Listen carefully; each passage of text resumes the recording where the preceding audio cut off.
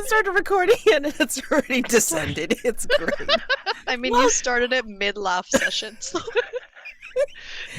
welcome back to Paranormal Incorporated. Okay. kudos to editor Mads later. Maybe we'll see. I mean, this may be golden. Who knows? Player intros. Okay. I'm Mads. She, her, they pronouns. I love tabletop roleplay games, obviously. And we are back for a special episode, I would say, because of what we're going to be doing. But before we get to that, let's go through our player intros and go with Kavya, whom we're welcoming back to Paranormal Incorporated. Well, I'm Kavya. I use she, her pronouns. Um, it is honestly a wonder that my character Astraea decided to come back after the horrible time she had last time, but I want to say hopefully it'll be better. I know it won't, but she thinks it'll be better. And Amanda. Hi, I'm Amanda, she, her. I'm lucky enough to play lots of games with Mads, so thanks for having me back. I don't know why you keep inviting me back, but I'm happy to be here. This is my first time playing with Kavya. I'm very excited. We're gonna have a lot of fun. I am obsessed with this mystery. I can't wait till we talk about the mystery. I don't want to spoil it, but well, a little bit of spoilers, but yeah, I'm very excited. And Dr. Fern is gonna have a lot of fun today. Science and paranormal investigation. Definitely. She will have fun. But when doesn't she have fun? That's the question. I think once we get to that point, then we know it's going to be really, really, really bad. So, before we get to the mystery that we're going to have today, don't even. Somebody put something in the chat and we're not even going there. Not right now. If you want to do it, great. I'm not going to do it. Anyway, before we get to that, let's do, an establishing scene, like to say, this is why Astraea is back. And then we will do a scene with Dr. Fern and Ronnie going to where we're going to go to, and then we'll present the mystery. Okay? So, Yep. All right. So, Astraea, where do we find you before this begins? So, since this is an international trip for Astraea again, we actually find her about a week ago, where she's going through the letters for the job offer she's getting, and she finds this one set in the city. And at first she thinks, God damn it, not that city again. But it's good pay, and it does seem like an interesting enough location. So she accepts, and she books her flight tickets, and she will soon be flying out.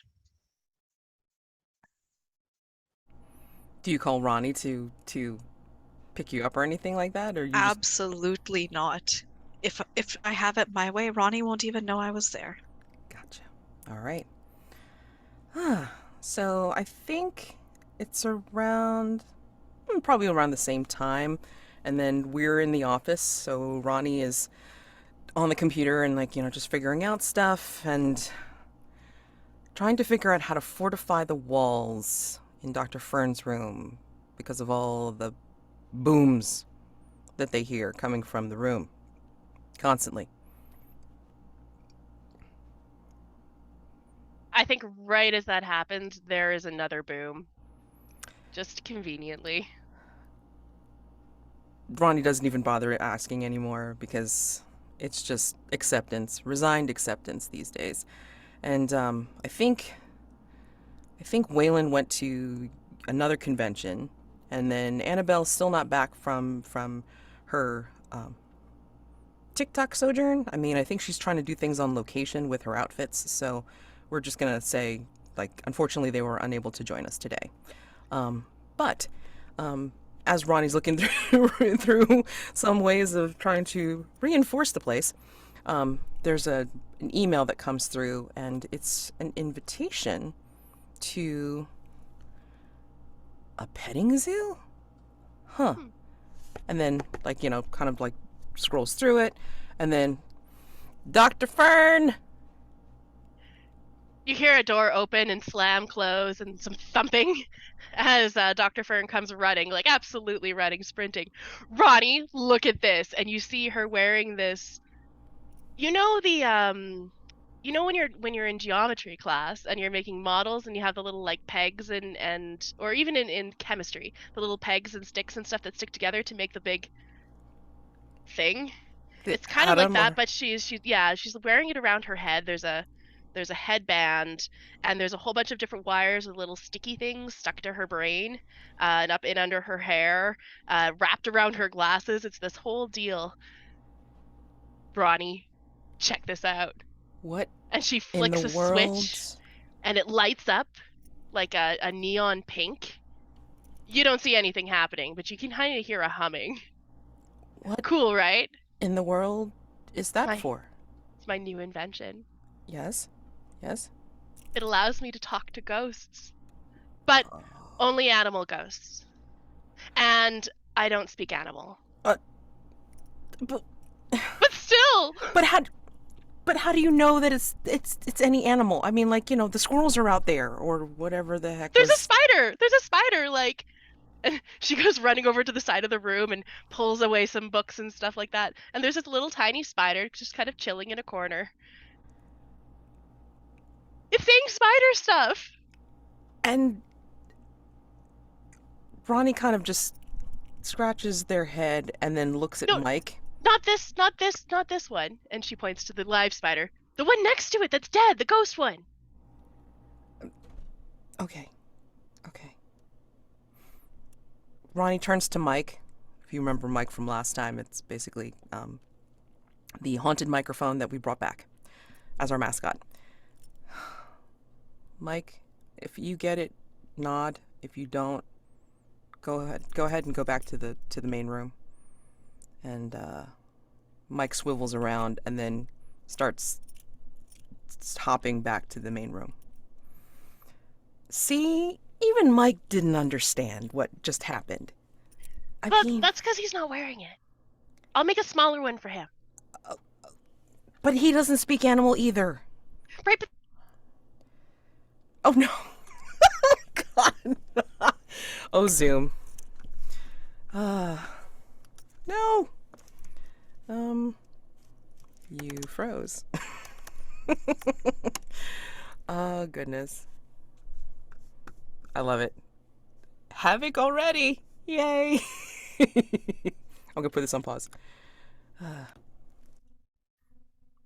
Okay, so hopefully we will not have connection issues again because that's going to be fun.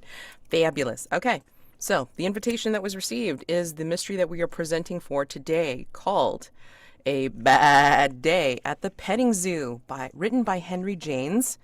And Paranormal Incorporated editions are by Amanda and myself. This is a mystery written for the Brindlewood Bay Mystery Writing Contest that had happened a few months ago. And we are very excited to adapt this for Paranormal Incorporated because it was such a cute mystery when we took a look at it through the Gauntlet Publishing feed and such. yeah, I've said it before and I'll say it forever. This was my favorite mystery from that entire contest. It's so wild. I'm so excited we get to play it. It's essentially written by a 10-year-old, so I mean, this is great. The mind behind this is wonderful. So, complexity 6. It is opening day at Dr. Mary's Majestic Animals Petting Zoo, or MAPZ for short. This special day will kick off the first day of summer. MAPZ offers a 12% off ticket special on this day. MAPZ is the most technologically advanced petting zoo in the United States. Dr. Mary is an expert in animal genetics. She has created many new animals like bioluminescent rabbits, as well as pygmy goats that smell like French fries, and wild dogs that can open doors. Some in town are not sure about Dr. Mary's science venture. Others think it's a triumph of science and a great tourist attraction. Paranormal Incorporated's interest is purely for a team-building field trip and possibly the rumors of something haunting the grounds. Late in the afternoon, animals suddenly begin roaming the zoo grounds. The enclosures have all been unlocked and opened. Chaos ensues. The staff work to secure all the animals. A robotic announcement is made over the zoo-wide speakers. Sorry about the mess. None of the animals are dangerous. We were going to refund 40% of your ticket price back to you, but instead we are locking down the zoo because we've been robbed. Someone has looted the safe at the ticket booth. Goal: AXO, the artificial intelligence that runs operations at the petting zoo, will not unlock the front gates until all the animals are secured. Paranormal Incorporated will need to find the perpetrator before the gates are unlocked and they potentially get away. Establishing question: which of you occasionally works as a substitute teacher at the high school? In the crowd, you see a student who was in one of your classes. Why does that student avoid you now? So I think we kind of like established the Dr. I feel Fern. like this has to be Dr. Fern. Oh my. Dr. Fern occasionally substitutes for teaching mostly science in the local high school, junior high, that age group.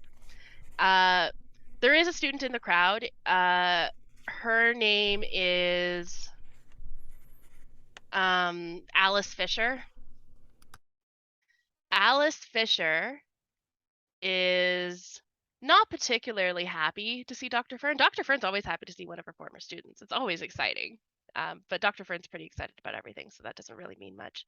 Alice doesn't like Dr. Fern very much because there was one time they were doing an experiment in a science class when Alice was in ninth grade, and what had happened was they were experimenting with, you know, when you make batteries out of potatoes, put the electrodes and stuff in and you make the potato into a battery. They were trying to do that with a watermelon, a really big one. And no, let's do a pumpkin. Pumpkins are more like, they feel more zoo, and it's orange and I like orange. So they were trying to do the same thing with a big pumpkin. And when they hooked up all the electrodes, Dr. Fern just kept adding more and more and more just to see, like, let's get more power out of this. Let's see what it can do. Let's see what this can really do. And when the pumpkin exploded, because of course it exploded, it all exploded all over poor Alice. And it turned her very, she was very proud of her very long platinum blonde hair. It turned her hair bright orange, which is of course horrifying. And Alice was, there's still a tinge of orange in her hair even to this day. Not really sure how that happened, but yeah. Dr. Fern, that teenager's looking at you funny. I mean, she's giving you like this look like she wants to kill you. What's with that? Oh, that's Alice. You know, she's a really bright young thing. I taught her when I was substituting for junior high, and she's just. Oh, that one. Oh, did I tell you about that? Yeah, you didn't have to tell me. The You should. principal called. The principal Oh, called on that one.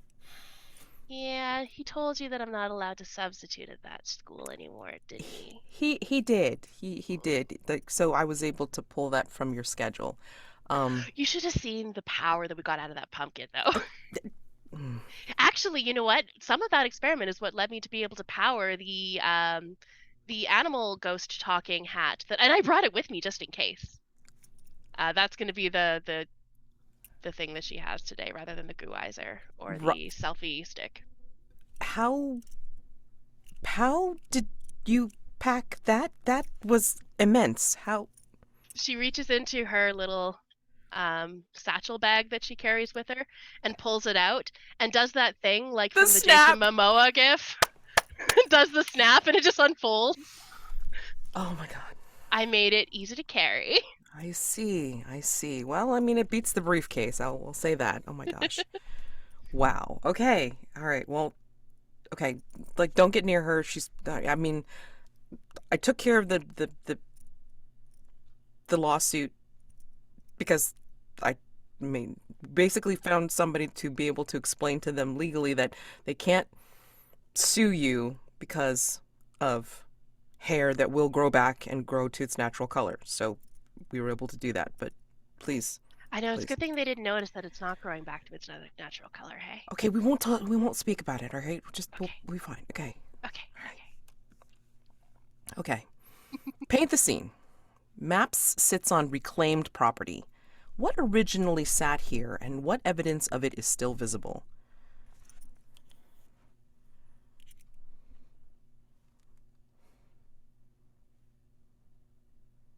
I like the idea that this was originally like the center of a spooky forest. Mm-hmm. I think one of the things that was originally on this location, because this zoo is pretty big, was um, a set of stones that were strangely stacked in a way that almost defied physics. You know, sort of like imagine Stonehenge, but instead of like the two bracers and the block across the top, there's just the one bracer, and somehow it still stood.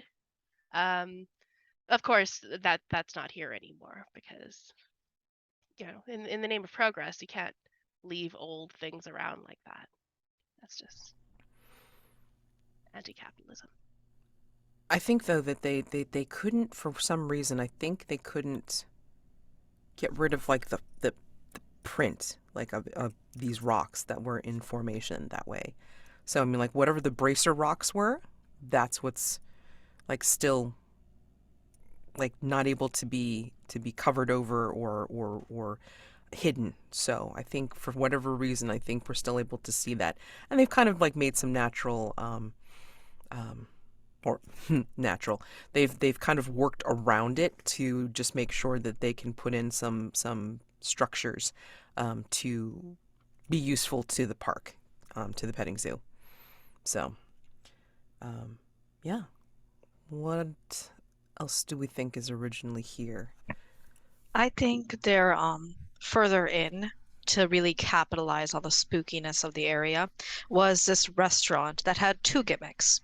One was that it was revolving, so it rotated itself.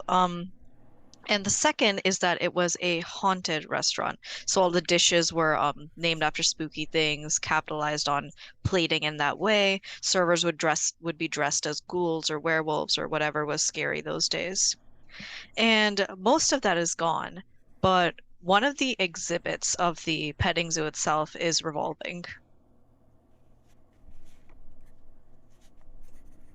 I like the idea that they just left the revolving turntable part Hmm. because they were too lazy to get rid of it. And they're like, ah, we'll just build an exhibit on top of this. Yeah, it's fine. It's like it's perfectly fine. It's like probably a platform of things that you can ride the slow carousel or whatever. Yeah, the carousel doesn't even move. It's the base of the revolving restaurant that moves. It's like, what? All right, great. Okay. All right, so let's see. Just kind of looking through here. Oh my gosh. All right. So, yeah. And so the way Paranormal Incorporated works is that we would enter into different locations to try and solve the mystery. So there's several things. There is the fact that we cannot get out because AXO, the artificial intelligence, has deemed the petting zoo locked down until we can find the person who's stolen the cash box or the safe. Okay, and then there might be some haunted stuff here. I mean, evidently because it was set in a place that used to be a haunted restaurant of sorts, then now we might have some things that we're going to deal with. So let's see.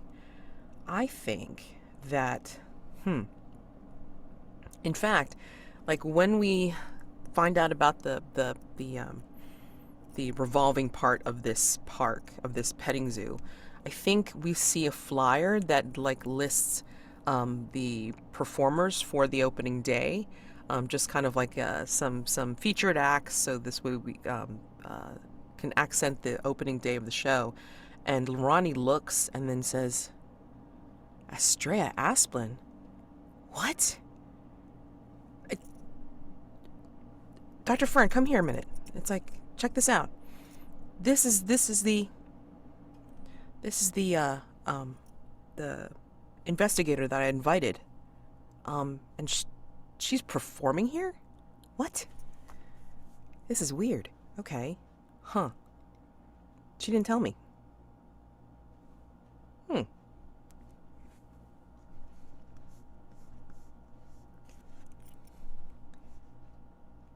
and we're kind of going around. Let's see.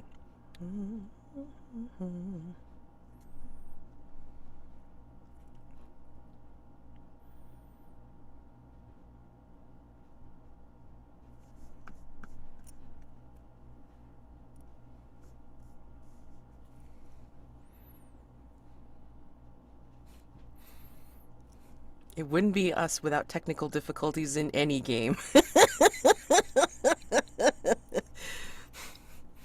It's usually me, so this is very interesting. So speaking of Astraea, so what? Can you hear me? Yes, we can hear you. Yes. Oh, okay, good. Sorry, I have a USB switch that kind of switches my, because I work from home too, so it kind of switches between my work computer and my home computer, and it just sort of, I don't know, shorted out or something. Probably boy. because I bought it really cheap, but it had my keyboard and my mouse and my headset all on it, so I was like, panic. Yeah, yeah. Mm. Well, Okay. thank goodness we're not on a live stream. That would be even more fun. So it's like, no, this is why I don't do that. Okay, let's go to Astraea for a second because I mean, like Astraea, you were getting ready in the in the revolving pavilion, I guess, and you hear this over the announcements. What is your reaction? Setting out, I did think that the city was cursed. I didn't think, I'm so sorry, was cursed. I just didn't think it would be this prevalent this far out. Perhaps I should go see what the other performers are doing. And she kind of steps out to look for the other performers. Who else was performing today at opening day? So there was a whip cracker, which was a little out there. There was a juggler, someone that Astraea had worked with before, because illusions juggling, they get along all right. Okay. They get along all right professionally.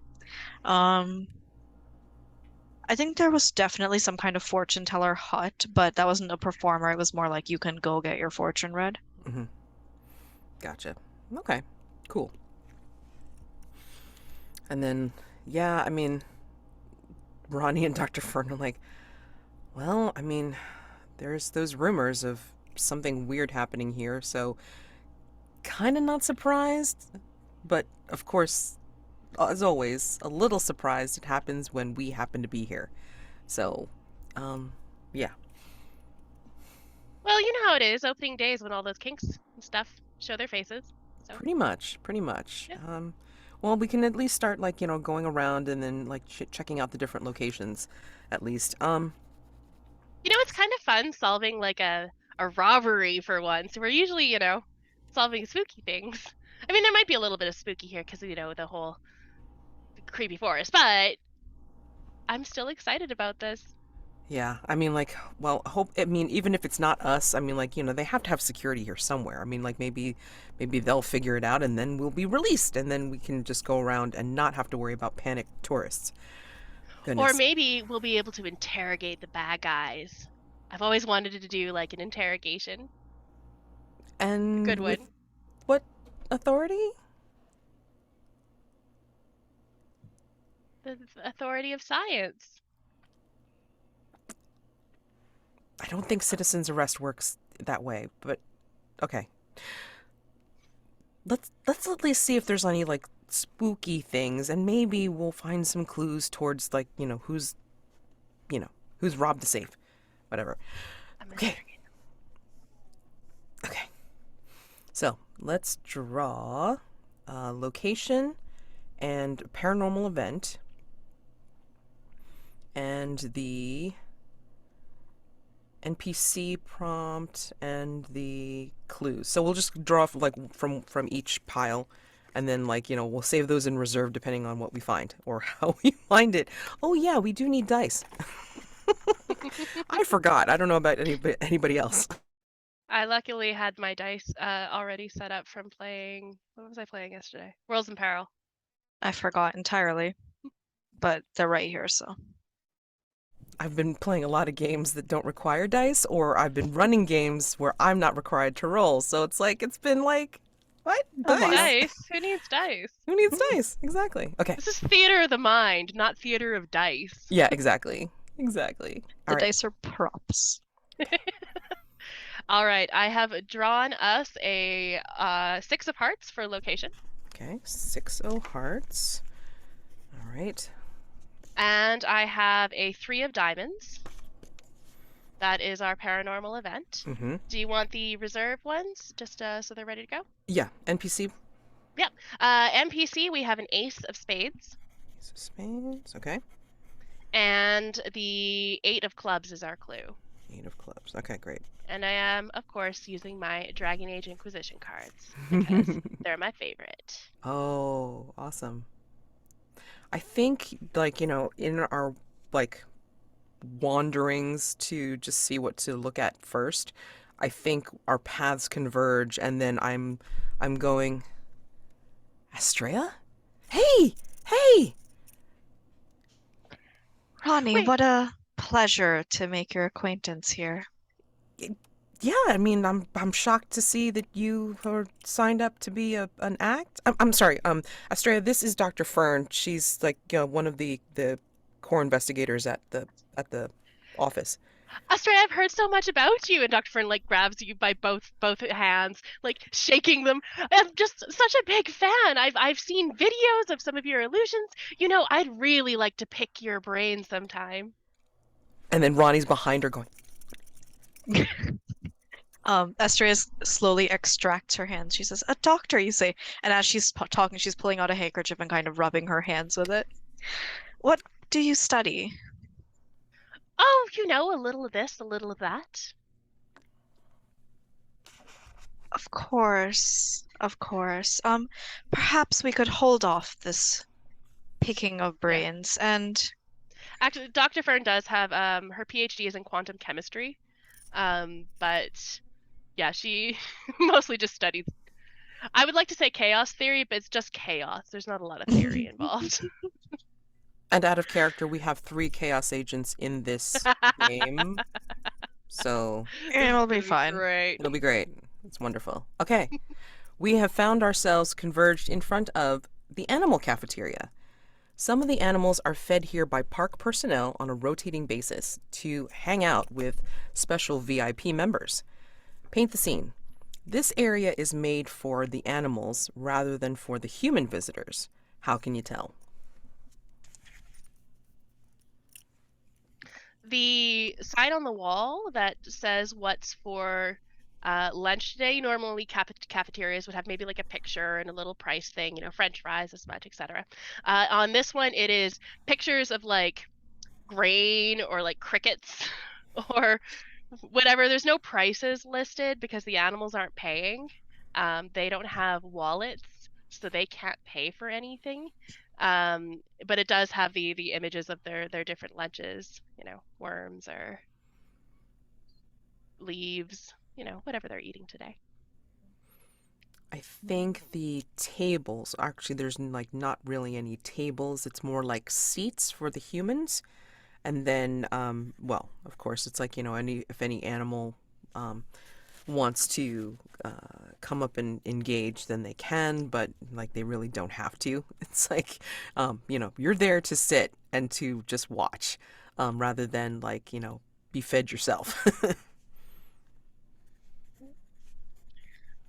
Um, I think instead of the standard signage you see around the park where it's like you are here and then a map thing and stuff like warnings and such so on and so forth, there aren't that many here. There's obviously the you are here thing nearby because those are everywhere, but there aren't really any signs for the people per se. I like the idea that all the signs of the animal cafeteria are for the animals. Like, I don't even know what animal signs would be. Duck when you walk under this, elephants, things like that. Yeah, like no sign of measurement of like, this is how much the clearance is. Nope. I like that it's also written in different languages because we don't know this elephant might not speak English. This might be a French elephant. There you go. I mean, okay. So let's see. We're going to, this is where we get to pull up the rules because it's like I always forget the rules. It's wonderful. Moves. Okay. we have the discovery move in this game, which is the one where we are able to do investigations in the particular area that we're going to be in. When you search for a clue, conduct research or otherwise gather information. Describe how you're doing so and roll with the appropriate ability modifier, which requires us to go back to our character sheets and go, I don't remember how this works. All right, wonderful. Yeah, so in the animal cafeteria, I think Ronnie is probably just going to be looking around. I mean, there's really nothing to lift or to kind of move, so it's not like they're going to do much more than probably. Yeah, I guess science would be the only thing that really is appropriate here. It's not like, they're using speed or wits or anything. So yeah. I'm Are gonna you looking for anything in particular, like in a specific spot, or? I'm gonna say it's like, if there's like um like around the gating or fencing that they would not make obvious. I mean, like it just kind of like blend into the natural surroundings. So Ronnie's gonna kind of take a look around there to see if there's any indication of like maybe the perpetrator had passed through here, or maybe, there's something showing some paranormal activity, maybe. So we'll see. All right. I feel like we probably have various different like paranormal activity detectors that. Oh yeah, I mean the basic stuff that Or would be in the something. backpacks. Yep. Yeah. So nine for me. Let's see. Poop. Okay, so on a 7 to 9, there's a complication either with the clue itself or something you encounter while searching. The player on your right or a random player will describe the complication. So, clue. The clue. Actually, let me do this. Let me make a thing in the character keeper while you tell me what the clue out of the clues is. The clue out of the clues is going to be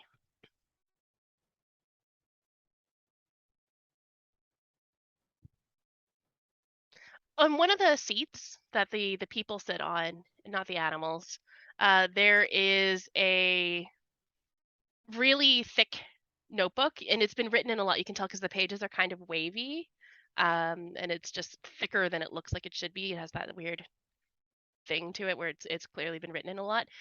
When you flick it open, it's this huge treatise on human animal computer intelligence that devolves completely into ranting.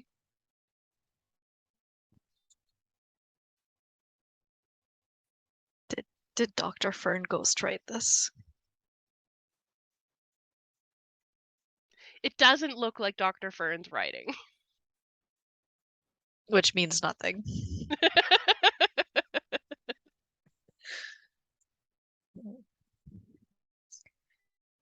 I mean, we have a handy dandy NPC to make the complication.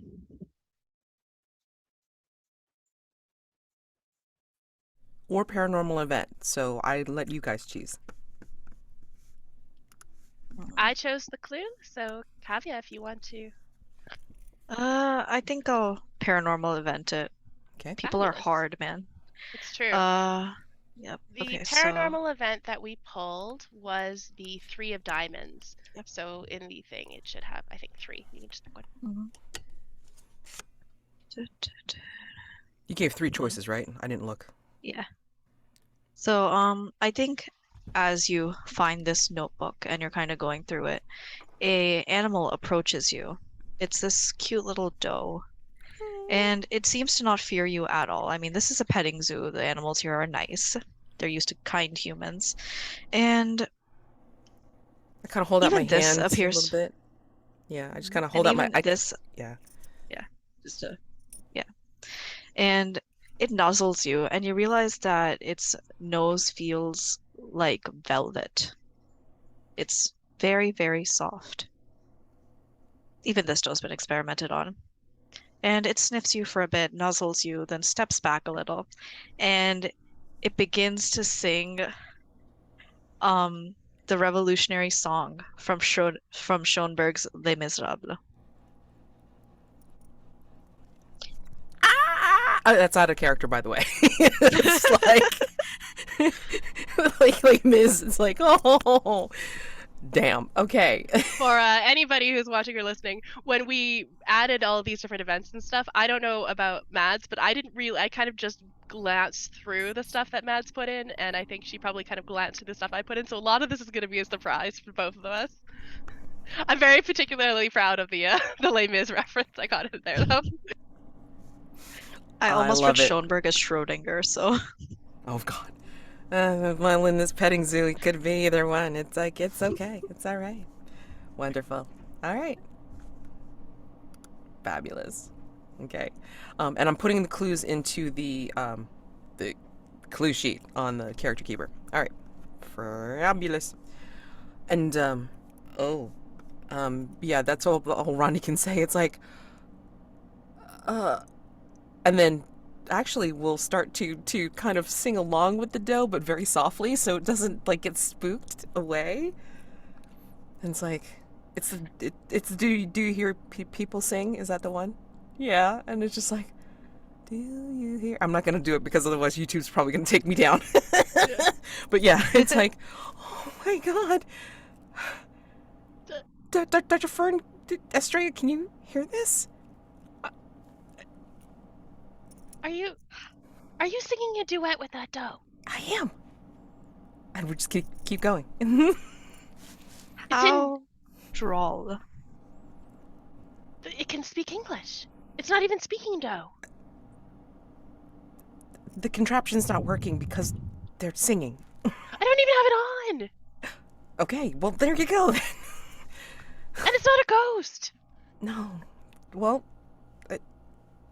this is something weird going on, so who knows? This is weird. Yes. I'm Yes. so excited about it. Oh gosh. Okay.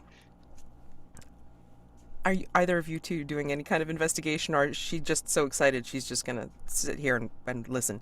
I think after the initial bout of excitement, I think she's gonna look around to see if there's anything else really exciting. I think her thought is she's gonna go and look at the different types of food, because what is going on with this dough? How can it speak English? What are they feeding it? Is it like part robot? Do they feed it oil? What's going on? So I think she's gonna go start looking through the actual food that the animals are getting fed. Okay.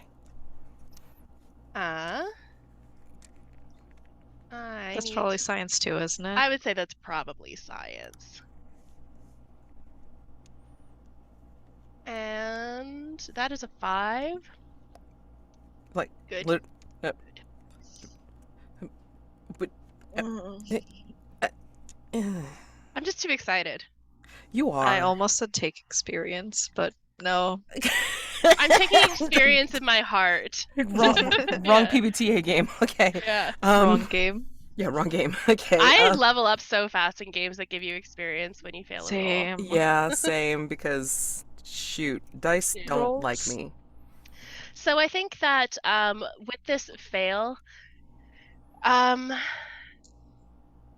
we could have it so that I don't find a clue and there's still a complication. Oh, boy howdy. Oh. Boy howdy. That is let's see. Who's the NPC for this one? Let's see. The ace, I believe. Yes. Oh, this is Wasabi. great. Yeah, so as you're excitedly looking at the animal food thing, a recent grad of Brindlewood Bay High School walks in, and you can't help but notice him because he is 6'8". He's wearing an orange hoodie. And, not that it matters but it's probably because it's like that's all you kind of see after the orange hoodie is the gray boots. It's like, hey, did I see you teaching one of the classes and stuff? It's like, I'm Jason Wasabi. Hey, how you doing? Jason, I remember you. Doctor Sprout, I think. I mean, what? Dr. Fern, close enough.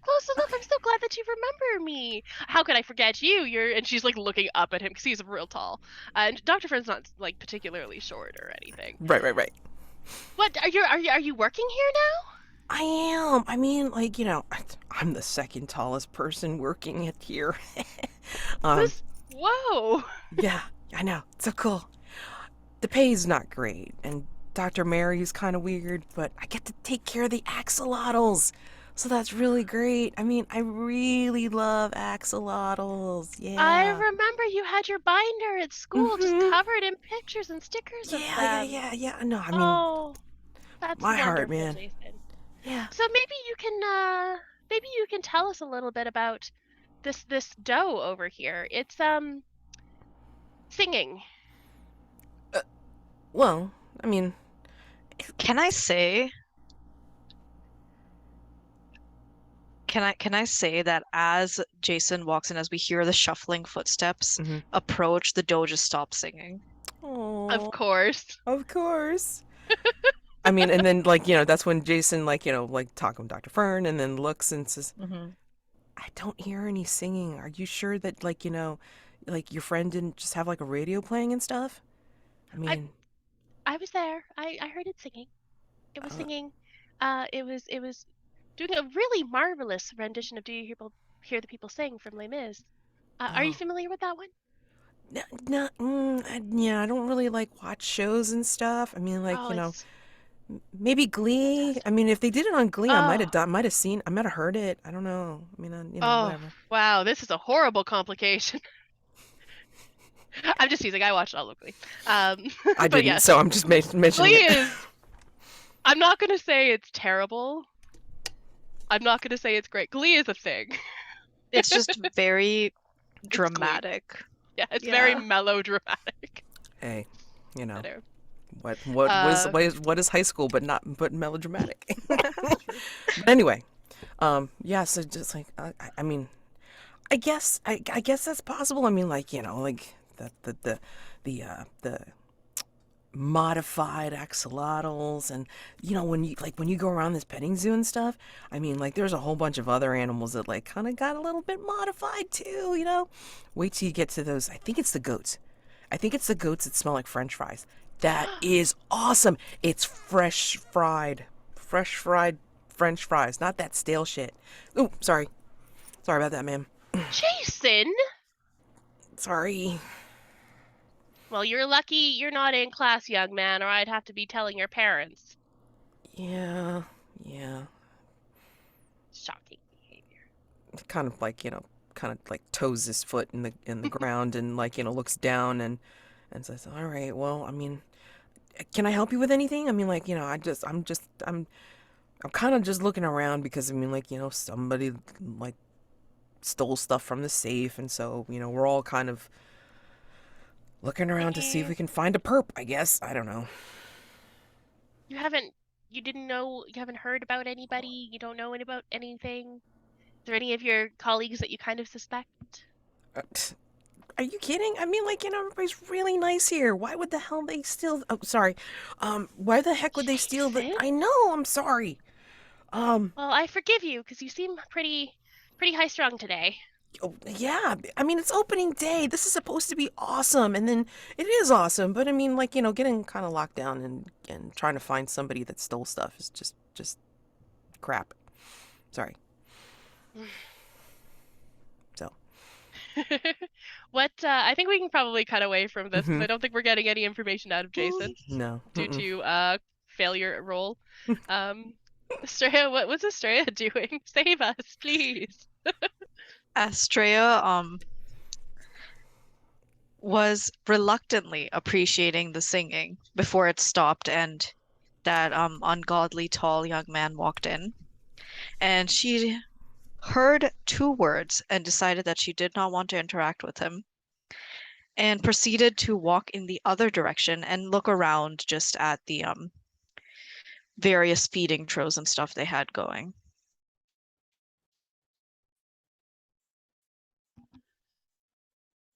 See if Uh, is that science? It I would feels say it's science. probably science. Yeah.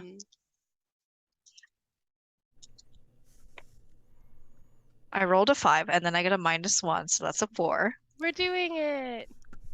We're gaining so much XP. It's like, if we did that in this game. Okay, great. Okay.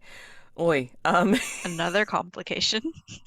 Christmas, oh crikey. Do you want to take another paranormal event in this case, Dr. Fern? Yeah, let's do another paranormal event. We've got the Seven of Diamonds. Okay, 7 of diamonds. Okay. Um. Oh. Oh. Which one to pick for you? You start seeing as you're looking at the feeding troughs. You get like some kind of flicker in the corner of your eye. And from the side, from the other side of the animal cafeteria, you start seeing these humongous footprints.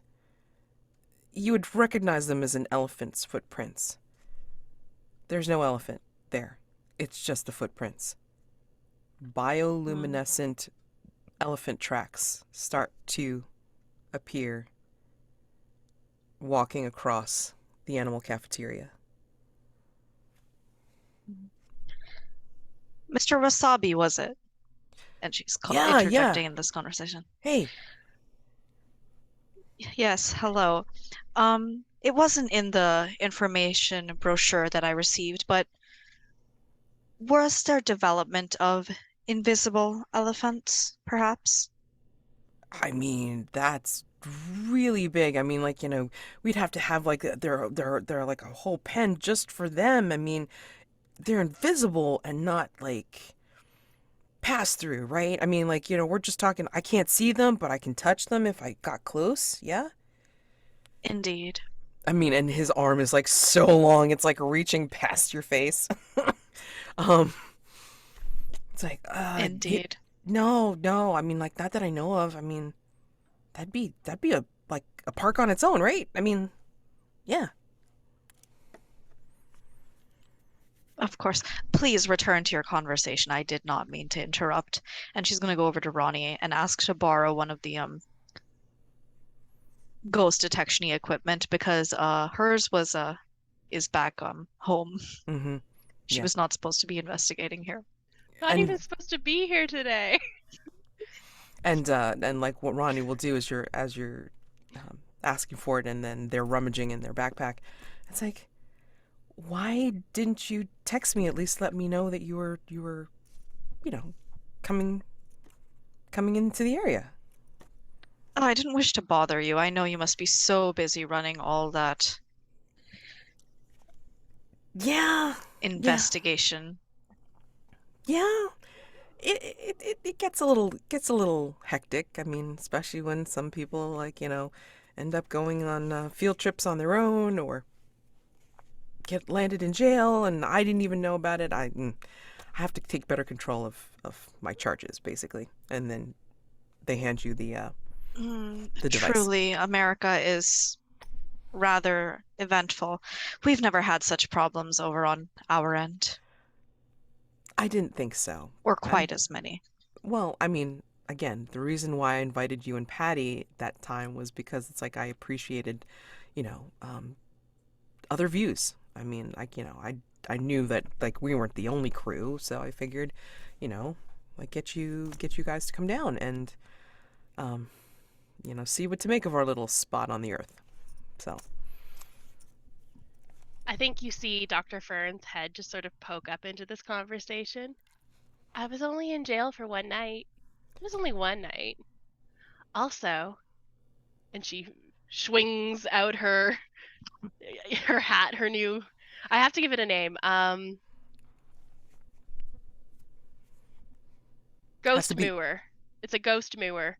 The idea is that she got the idea from when she was passing a field that looked like it should be full of cows, but it wasn't. And she was ready to say cows, because that's what you have to do when you go by a field of cows. And there was no cows there. And so she thought, well, what if there are cows there, but they're ghosts? And nobody's acknowledging the cow ghost. When you're driving by a field of cows, you have to say cows.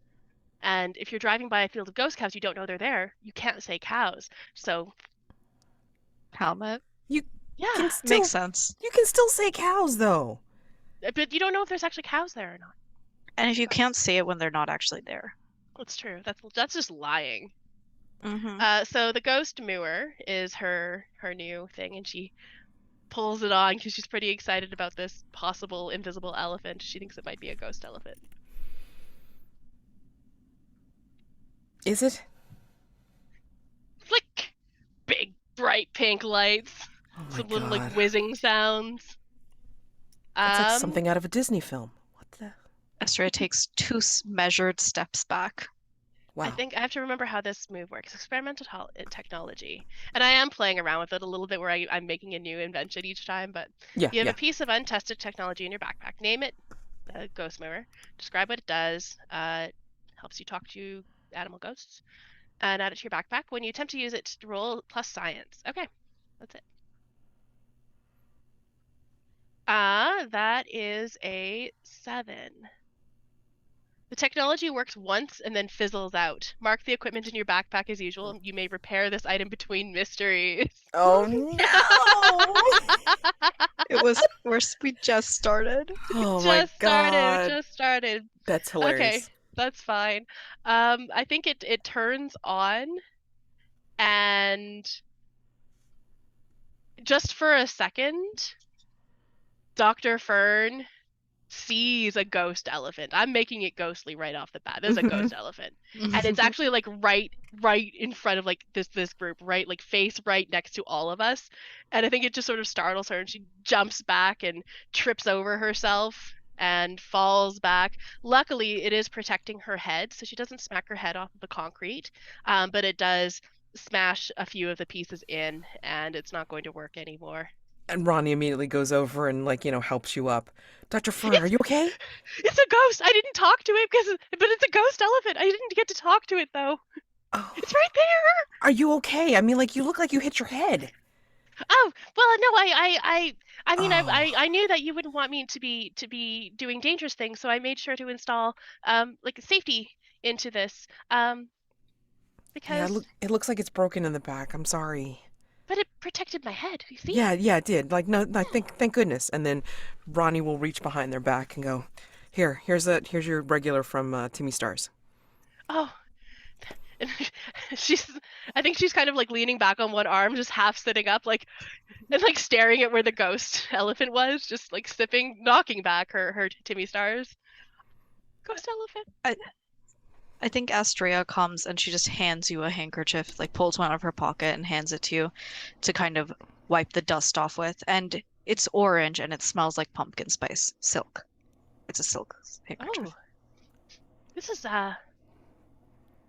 nice. Where do you scent them yourself?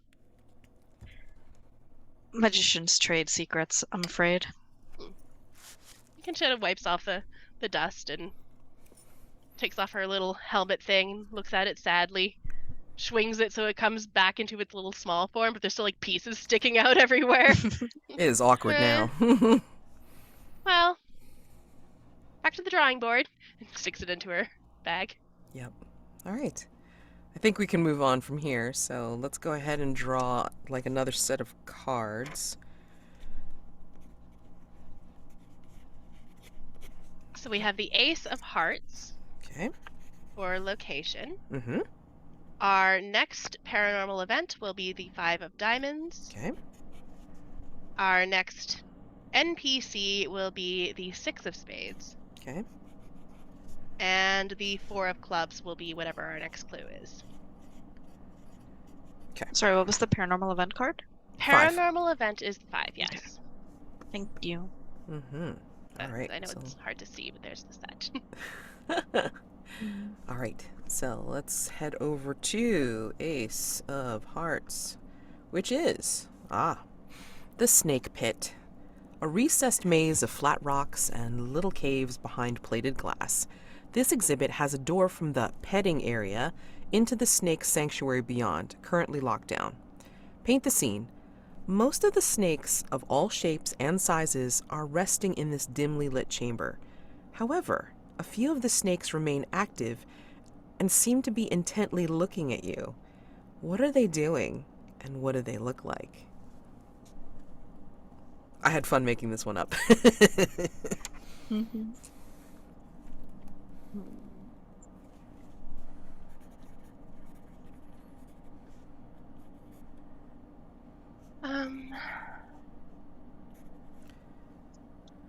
There's a there's a particular snake, kind of like medium size. I mean, like definitely not anaconda size or anything like that. And it's like resting on one of the rocks, like partially in shadow.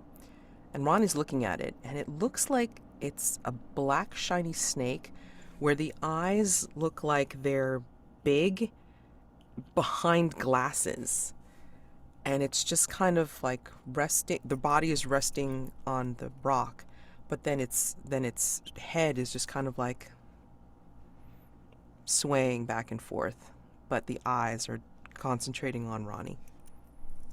And Ronnie's a little freaked out.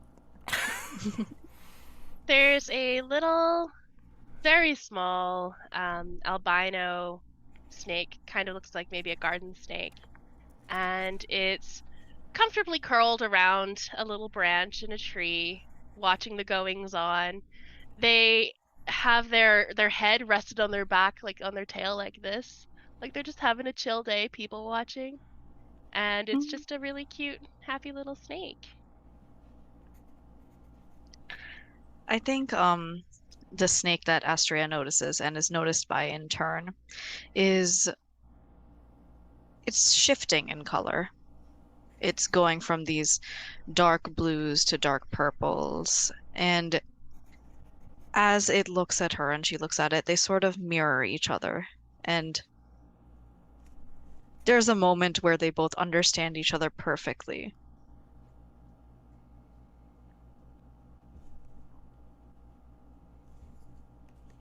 Okay. So the um the petting area is, again, the door between it and the plated glass area is locked down, but we can still sort of like check this place out. I mean, like there's like recesses here and platforms and such. So yeah, let me see if there's anything in here that I can let's see. I am going to actually use underappreciated to try and bump up my roll. So, underappreciated is you have skills overlooked by the rest of the team. After seeing the results of any roll you make, you can add +1 to your total. So, I am totally doing this because God knows.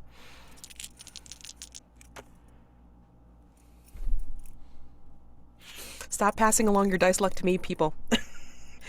5 + 1 is 6. Stop! We have succeeded in exactly one roll today. Yes! And that was mixed. Yep. Mixed results. Okay. All right. Hit We're me. great. Hit me. I would like to hit you with a paranormal event, I think, and not actually with violence, because I abhor violence. Dr. Fern doesn't, though.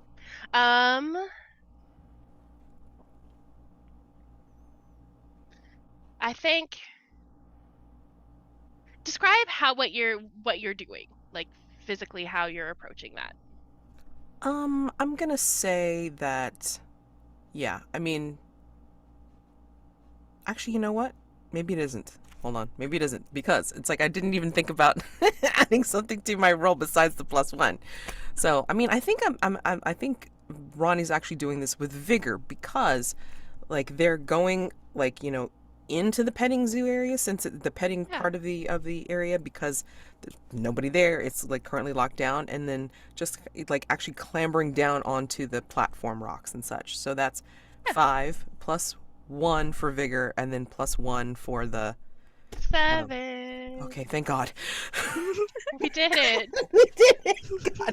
But by that much. Okay, Yep. hit me. But better this time. Kavya, do you want to give out the clue while I try and think of a complication? It's Sure 4 thing. clubs. Yeah, 4 clubs.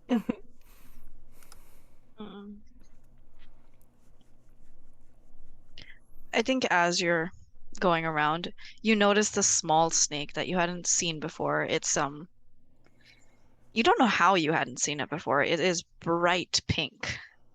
But as you see it, it doesn't seem to notice you because it seems engrossed. And it's just licking this bright pink fluff. It matches. It's off of a handle. It appears to be a handle of a wrench. Not really sure from this distance. It's some sort of tool. Is it something that I can get at, or is it something that is within the plated glass area? You can get there, but that snake you noticed earlier that scared you, it's reasonably close to this one. Okay. But I mean, like, do I think it's going to be dangerous? Like, to reach in and try to grab the tool? Does Ronnie think it's dangerous? The only danger is that one snake. So, Okay, but I mean, like, I don't see any other snakes or anything weirdness. I mean, like, because I can totally do a no, risky. that It's don't fine. seem, yeah. Okay. Mhm. Let me do a risky because this is what we're about here. We're trying everything. Yay! Hold on. Okay. I mean, I have a ton of D6s, so it's not like I should keep using the same ones that are kind of messed up. Hold on. I'm going to use. I don't know if I want to use this now or if I want to wait. Oh, pap. Because I can use Coffee Runner and just automatically get a 12 plus on this, but I don't know if it's just too We soon. just started. Once per turn. Wait, once per turn? I can't use it again until like I have another turn, right? I mean, that's how I read it. So I can still use it. Yeah, once per Yeah. turn seems. That's what it It's says. an automatic 12 plus. That feels a Yeah. little I don't think it's once per turn. I'm gonna check the actual book. Okay. I feel like it's I mean, I don't want to use it like we just started. it does say Mhm. once per turn. Okay. But I mean, So on the other character keeper, the big fancy one, it says once per scene. oh, okay, hold on. Coffee Runner. It says once per Um, turn in the book. In It's the weird. playbook, it does say. Oh my God. I'm just gonna screenshot that and I'm gonna send Alicia a message on Twitter. Just so you know. We'd like to keep using this move. It's great. we feel like we're cheating.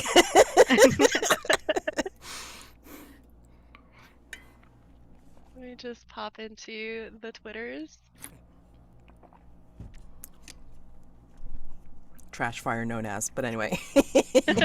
I don't have to use it I mean, I'll just go ahead and roll. I mean, like, until we get an Yeah. answer, because Yeah. that just seems so unfair. A little. Because I would use it all the time then. I'd be like, coffee run? Sure, absolutely. Okay. This is risky. Okay, hold on a second. Because I have to do the thing. The thing is, risky move. When you do something risky or face something you fear, possibly, we name what we're afraid will happen if I fail or lose my nerve, and then roll with an appropriate ability modifier. So this one would be with, I'm going to say wits, because it's like I'm trying to do this quickly without, pissing off the snake. Mm-hmm. And then I'm afraid that this snake is dangerous, and I could get bitten. I had this moment of, yes, tell me what you're afraid of and I'll tell you how it's worse, but no. I mean, that's what I'm afraid will happen. So, all right. Ooh, okay. So let me just check my wits here. Wits is 2. All right. So 6 plus 2 is 8 plus 2 is 10. Yay! Okay. Plus 10. You get one clue. Okay, great. Do you want to Wait, do? no, that is the wrong move. I'm so sorry. That's okay. I would love to get a No. clue though, but I don't think I can do it. You for do that what one. you are intended. Okay, Just so describe basically, what it looks like. yeah, I reach in and then I'm just looking at the snake and I'm just being extremely careful about it, and so I will grasp the handle, see if I can poke the fluff off. Maybe like if I can't poke the fluff off, then I'm just gonna grab it and then yoink it out of the case and then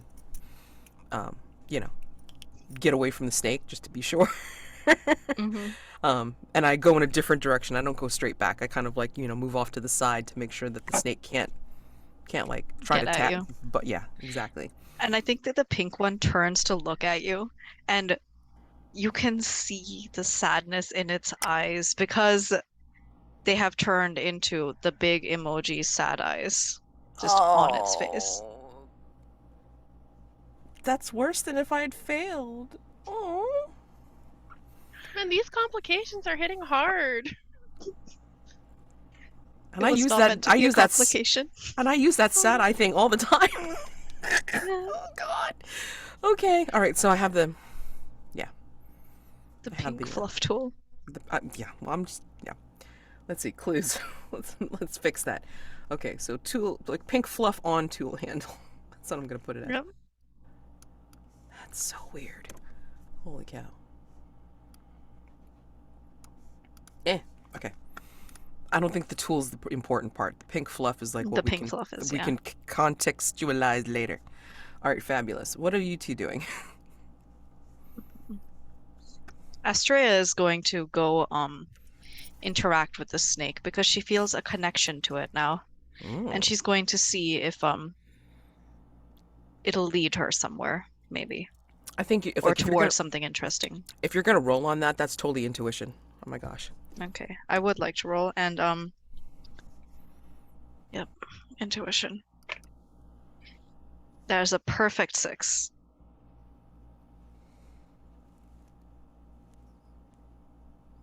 Yay, XP.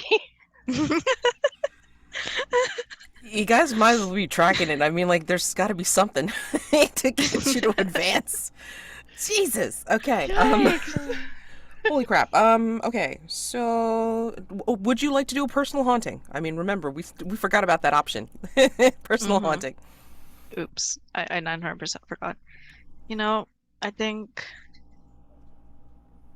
I will use a personal haunting.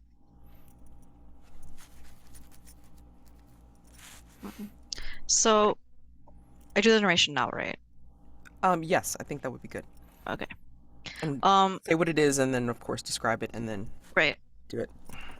So it's called Behind the Velvet Curtain. And it says tell your fellow investigators ... But I think what happens is Astraea is talking to the snake and the fellow investigators hear it. Okay. And it's tell your fellow investigators what it's like to always be putting on a show. Take the condition two-faced. Ooh. Yeah, just gonna add that to my conditions real quick. And I think as Astraea approaches this lovely shifting snake and holds out a hand and lets it slither onto her and kind of brings it up so she may talk to it, she looks at it and she says, I can tell you're like me. You're shifting. Same way I do. My mama always said that life was a stage. I know she stole that line, but it truly is, isn't it? You can never show who you really are. I see that you understand. It is tiring, I suppose, but what price beauty?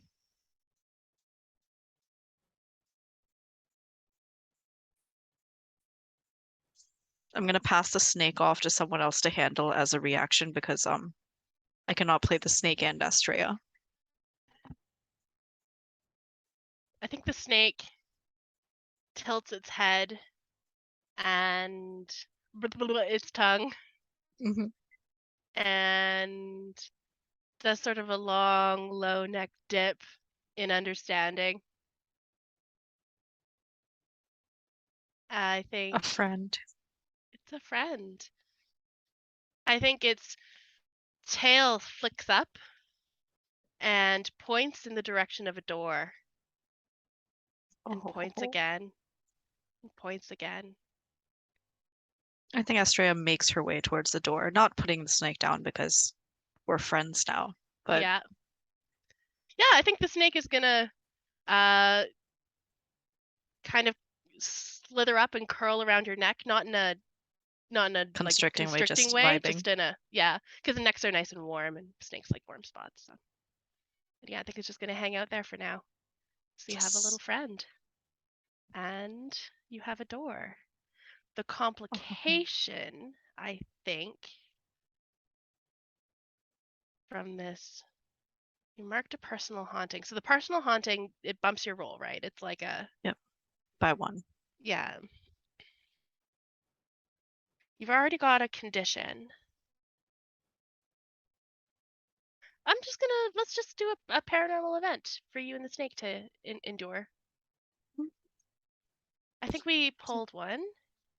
It was 5 of diamonds. 5 of diamonds. Would you like to choose, Mads? Okay, yeah. Let's go ahead and do that. It is.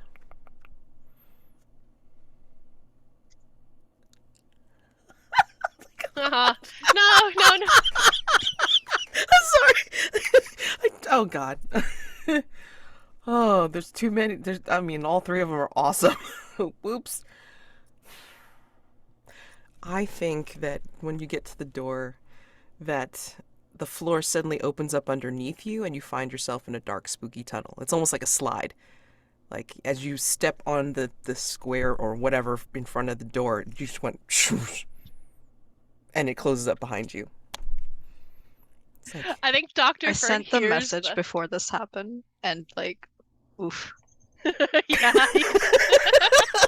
Astraea and the snake are having a team bonding experience, aka shared suffering. I think Dr. Fern hears the woof and the sound of the door and turns just missing the door come back up and just doesn't see Astraea and just assumes that Astraea went off to go do something else. Oh shit.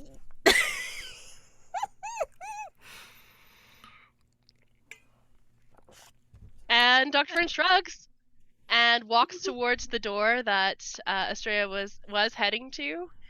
Does not go through a trap door, and instead just opens the door and walks into the next room. Split the party. And then Ronnie goes, like once Ronnie gets the tool and such, it's like, hey, where'd Astraea go? Not sure. I think she just went through this door. I mean, she didn't go back out the way we came. Look at this, and I think Dr. Fern does pick up a single pink handkerchief that had fluttered to the floor, carrying this with it the scent of hydrangeas. Wait, where the hell did Astraea go? She doesn't leave the handkerchiefs. She gives them to you.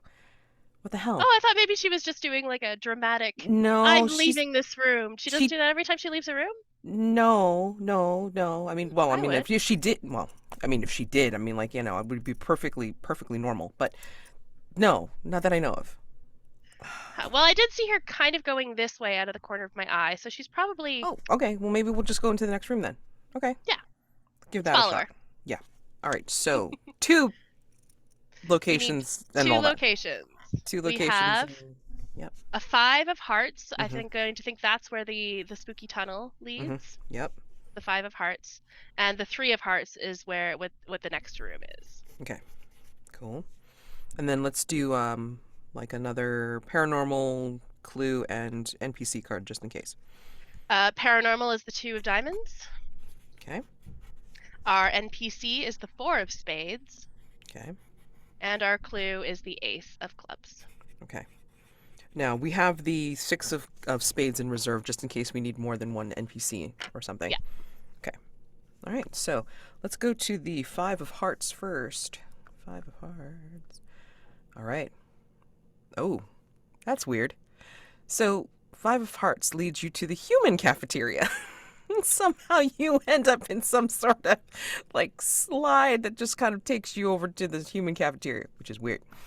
I like the idea that there's all these different hidden slides that go into the cafeteria, so when people get hungry, they just boom. Yeah, or maybe the workers. The workers know that that's how you do it. It's just a secret for the workers. Yes, yeah. I think it is. Yeah. It's actually built by the company itself in order to make sure workers aren't spending too much time on their breaks because it gets them to the lunchroom faster. Yeah. Mm-hmm. That's why you need a union, friends. I can see that. Oh my goodness. This domed area creates a beautiful gilded view of the sky with long bench tables nearing the ordering counter.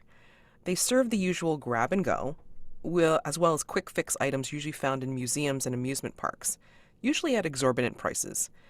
Paint the scene. What do you see on the menu board that seems outrageous, but in keeping with MAPZ aesthetic?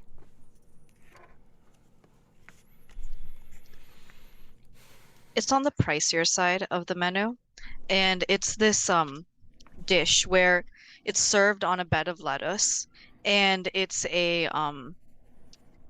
some sort of lamb. It doesn't really specify how they cooked it, but it's made into the shape of a lamb, and there's bits of ricotta on top, so it actually looks like a living lamb that you're about to eat. So it's literally like a redone version, deconstructed version of a vegetable lamb of Tartary, or whatever that's called, but then actually food. What the fringe, man? Okay. Okay. I think on the cheaper I side, just think it'd be nice if it moved. it probably does. They probably have like they form it around, a little like robotic thing. I think on the cheaper side, there are French fries. Everywhere has French fries, and one of the well-known animals at this zoo, even though the zoo just opened today, are the pygmy goats that smell like French fries. There's also in the cafeteria French fries that smell like pygmy goats.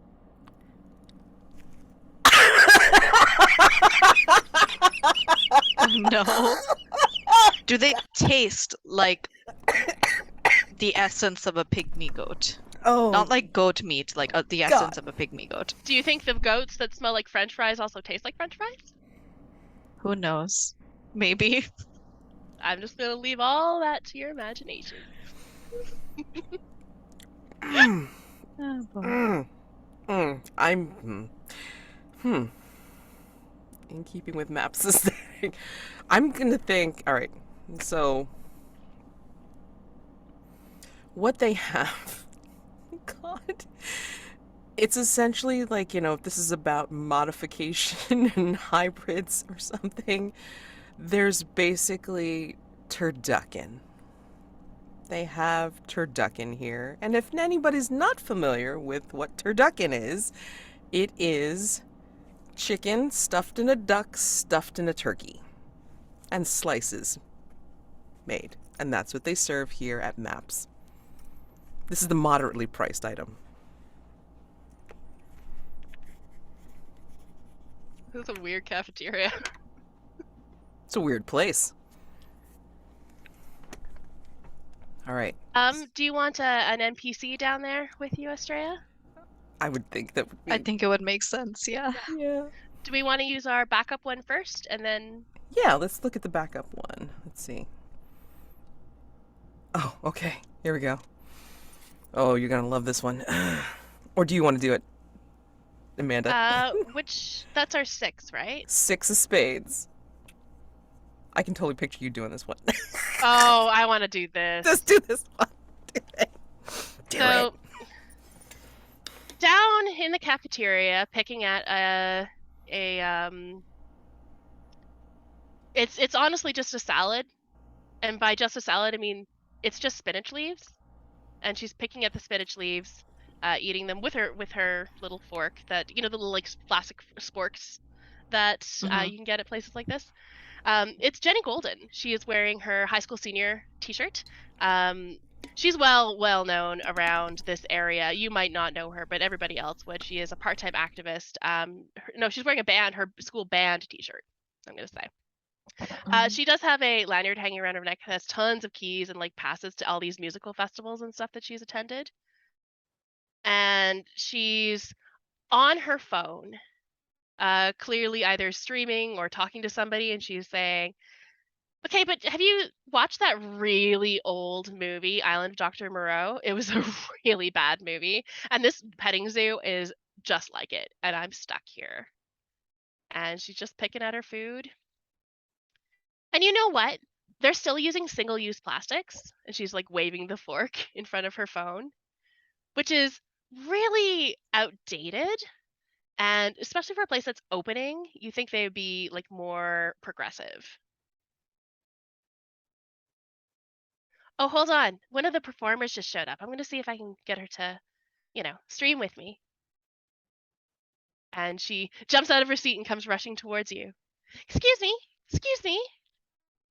I saw your picture on the performers list. Can I I'm just doing a little TikTok video. Do you want to do you mind? I'm sorry, I don't do unscheduled appearances. But Well, feel free to continue with your recording?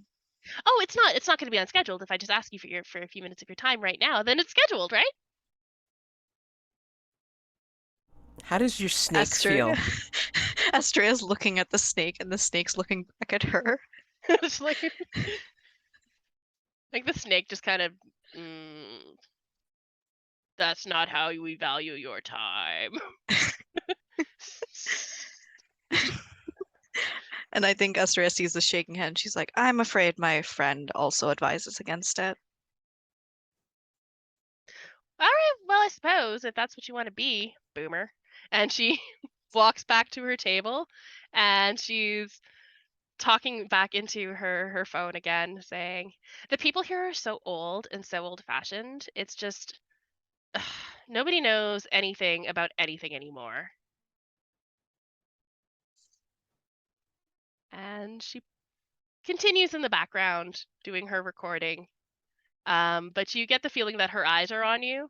And if you do anything weird, or if anything weird happens, it's probably going up on TikTok right away. Oh God. Mm. Maybe we cut to you guys and come back because I Okay. did have like a scene. Okay. Yeah. 3 O hearts. Let's see. Let's see. 3 of hearts. Oh, okay. The train station. Okay. So we find ourselves in a station that has okay. There's a sophisticated mini tram system that runs through maps, something between a trolley and a train to get park visitors between exhibits quickly if they choose not to walk the paths. Paint the scene. What here at the train station invites visitors to enjoy the park's sights and amenities even if they don't take the tram?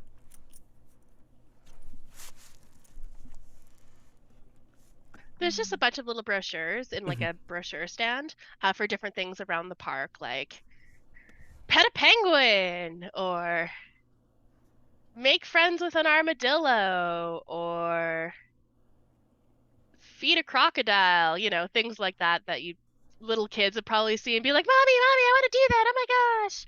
And then the parents would have to do it. Or sometimes the parents would be like, oh my gosh, how much cute would this be if I do this with my little kid? Or sometimes people that don't have kids would be there and they're like, wow, I want to feed a crocodile. Basically, just get everybody excited.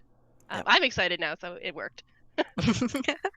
And then I think to complement that, on the wall are like on excuse me, these very thin metal rails are like tiles, painted tiles of these different exhibits, like the exhibit rooms. So like there's one that's like specifically says the axolotl room with a friendly looking axolotl picture on it, and then this see the snakes, and then there's the most curious looking snake that we've seen, like that picture's on it, their pictures on it, and then another one that's like for the not the animal cafeteria, but for one of the other exhibits that we haven't quite seen yet. But I mean, like all different tiles like alternating in this kind of colorful pattern, and almost like as if it is a working map of the place itself.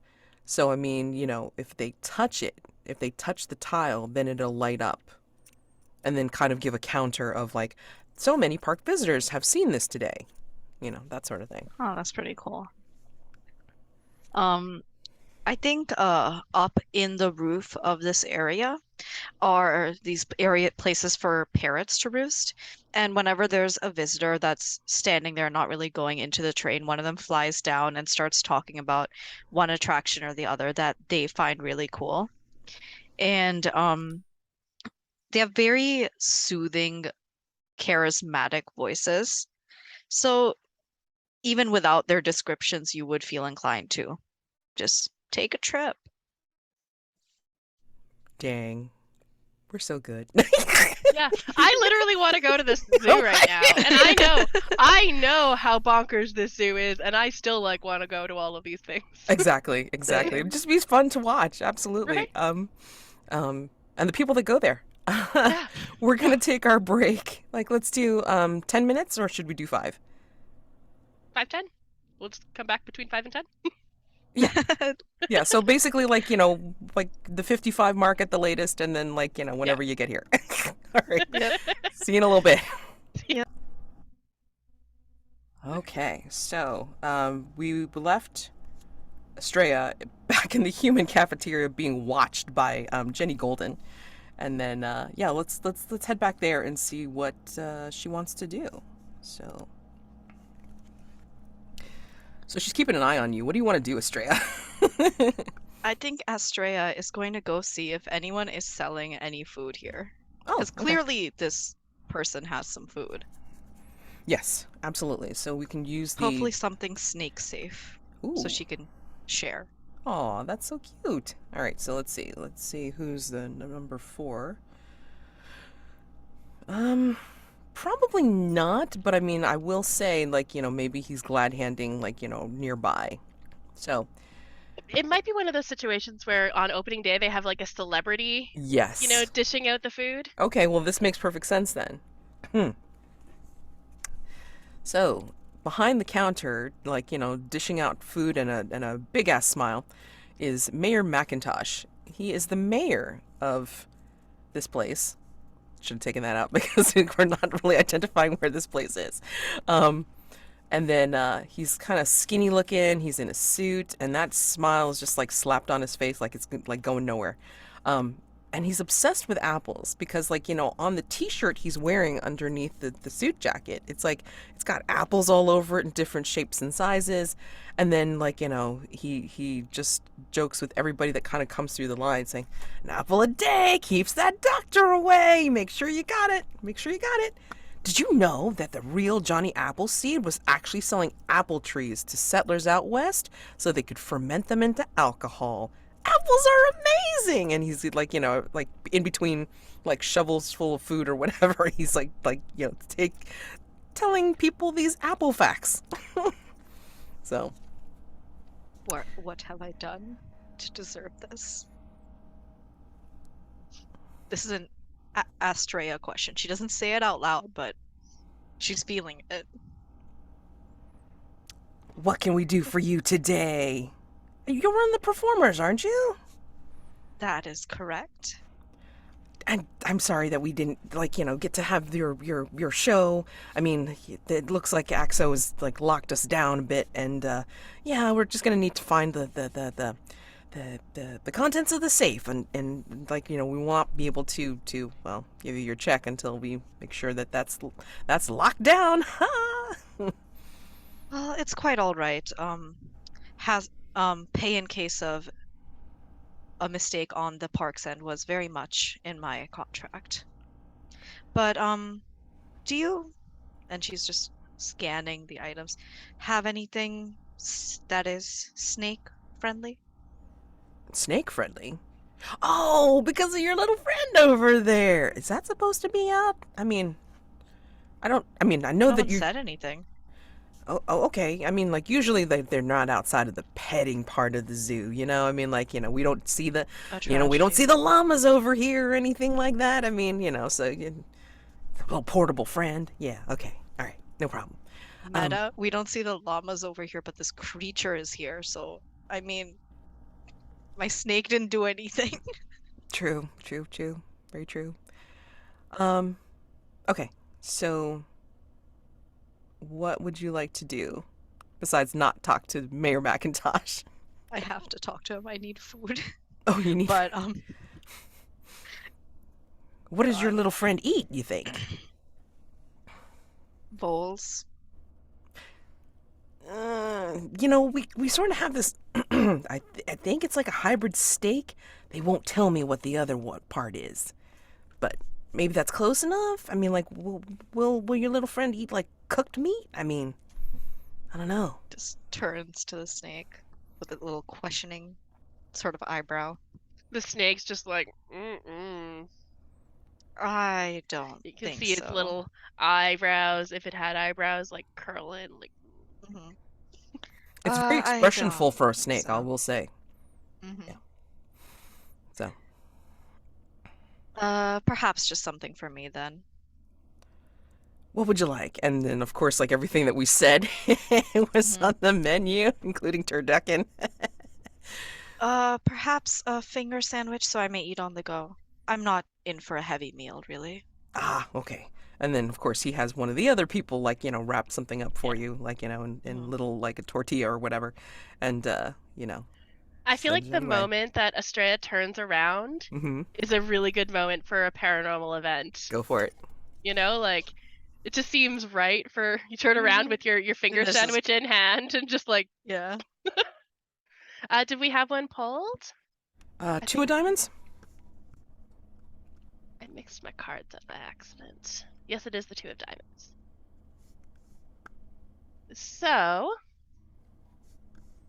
yes, you spin around and you're holding your new little finger sandwich. It's a cucumber sandwich. Hmm. And it has it looks like ketchup, but it actually tastes like mayonnaise. It's real weird to look at, but it tastes fine. And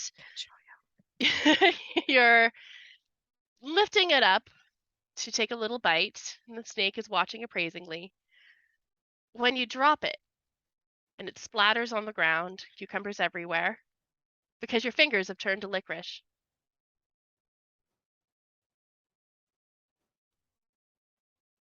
Are you seeing this too?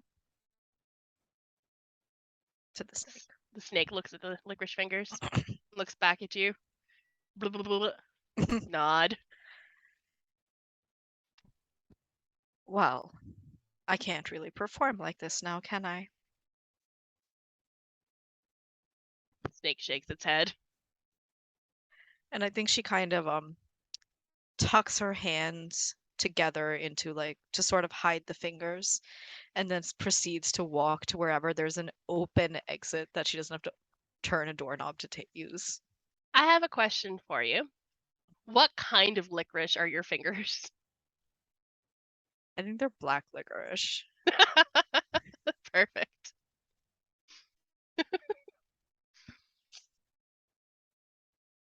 Back to the train station. Sorry. Hmm. So, um, I think we can do some rolls here. I mean, like to kind of investigate stuff. Let me see. Oops.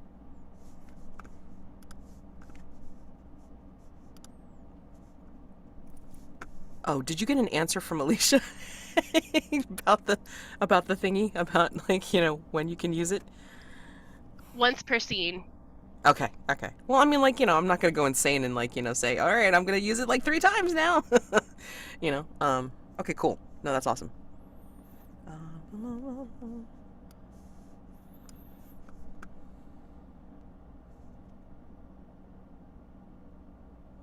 Okay, yeah, I'm gonna just do some gathering information. Probably looking up at the tiles to kind of like just get a gander of like where we've been, and then like just for funsies, like touching on each of the tiles. Oh, let me see. Yeah, I'm switching out my dice just in case.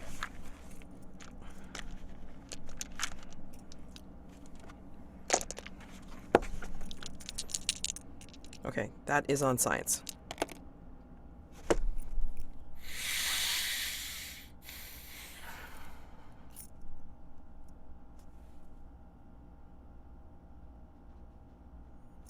I just held up a 2 and a 1.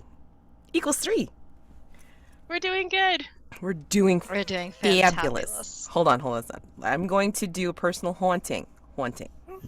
Goodness gracious. Haunting. Haunting. All right. Ghostbusters. All right. Um, Big shoes. Narrate a scene showing how you failed to live up to familial expectations. Gain the condition, fear of disappointing people. This condition cannot be removed. So,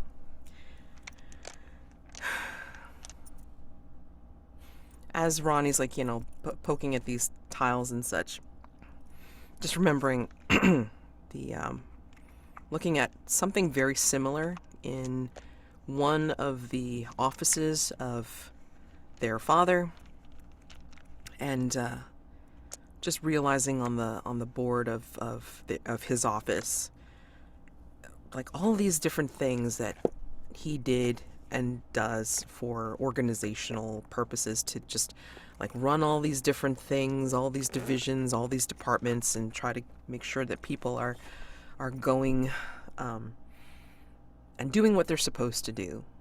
And then looking at this as possibly as an intern to their father's company, and then turning around and then getting kind of berated by their father about how when they were doing some of the scheduling for one of the more minor divisions to get ready for this internship, it's like they had a major mistake and it didn't go well, and then things were botched. People were helter-skelter, things kind of ground to a halt because of the mistake being so severe. And again, being berated by their father about, ugh. I mean, again, you just started out. It's fine, but it's also not fine, and I hope you understand this. I mean, you've seen me do this. We've trained you to do this.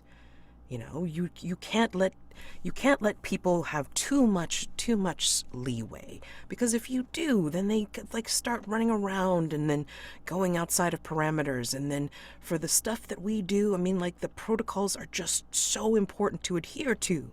You cannot let them off the leash. I'm a little disappointed, but I'm sure it'll be great for next time. I mean, like, you just have to keep on trying. Got to make sure that, you're going to improve every single time. Strive for that best, not just better, the best. And that leaves Ronnie with a sour taste in their mouth, and they decided not to pursue the internship at their father's company, and decided to go off on their own and create something else. Create something that was going to be better. So glad they did. Yes, Ronnie deserves better. I mean, Ronnie also deserves better than, This. this, but at least this is Ronnie's choice. At least they get to decide. To put up with this to horribleness. put up with this, and they also run the show, so. Yeah. So, in case anybody forgot, it's like, Ronnie does come from a very well-to-do family. Yeah. But not that anybody really notices or cares about that. But it does get you up to a 7 to 9. Okay. And you have that permanent condition, which is yeah, fun. Well, I mean, in a way, it kind of makes sense, really. Mm-hmm. So, while I'm typing it into my character playbook, can somebody tell me what the clue is? The clue was the Ace of Clubs. Correct. Oh. Would you like to do it, Kavya?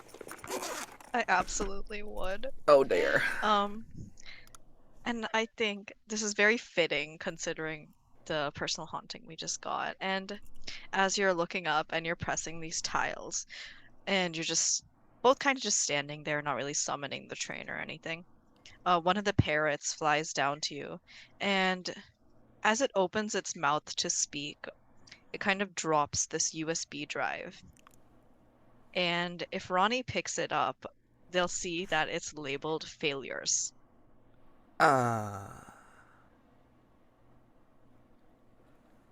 What the? The parrot is just chattering away about the goats and the penguins and the armadillos. It's the greeting penguin. Dr. Fern, look at this. Ooh, a USB key. Look what it's labeled. Failures. Ooh. the thing about failures is that you always learn from them, and every failure is one step closer to success. Trust me, I know. The scientific process. Yes, you are the living proof of this. I Yes. am. Oh my gosh. Okay. Yeah, we Oh, need I to... wish I had a computer ready. We could just use this right now and scan and see what this is. Yeah, no, I mean, Let the bird have it. it came out of its mouth. What the heck? Oh, it shouldn't be eating things like that. No, I mean, and it's still good. I mean, like, look, it's intact. Just kind of And the bird pauses. Hello, And it Polly. says, my name's Peter, actually, and I wasn't eating it.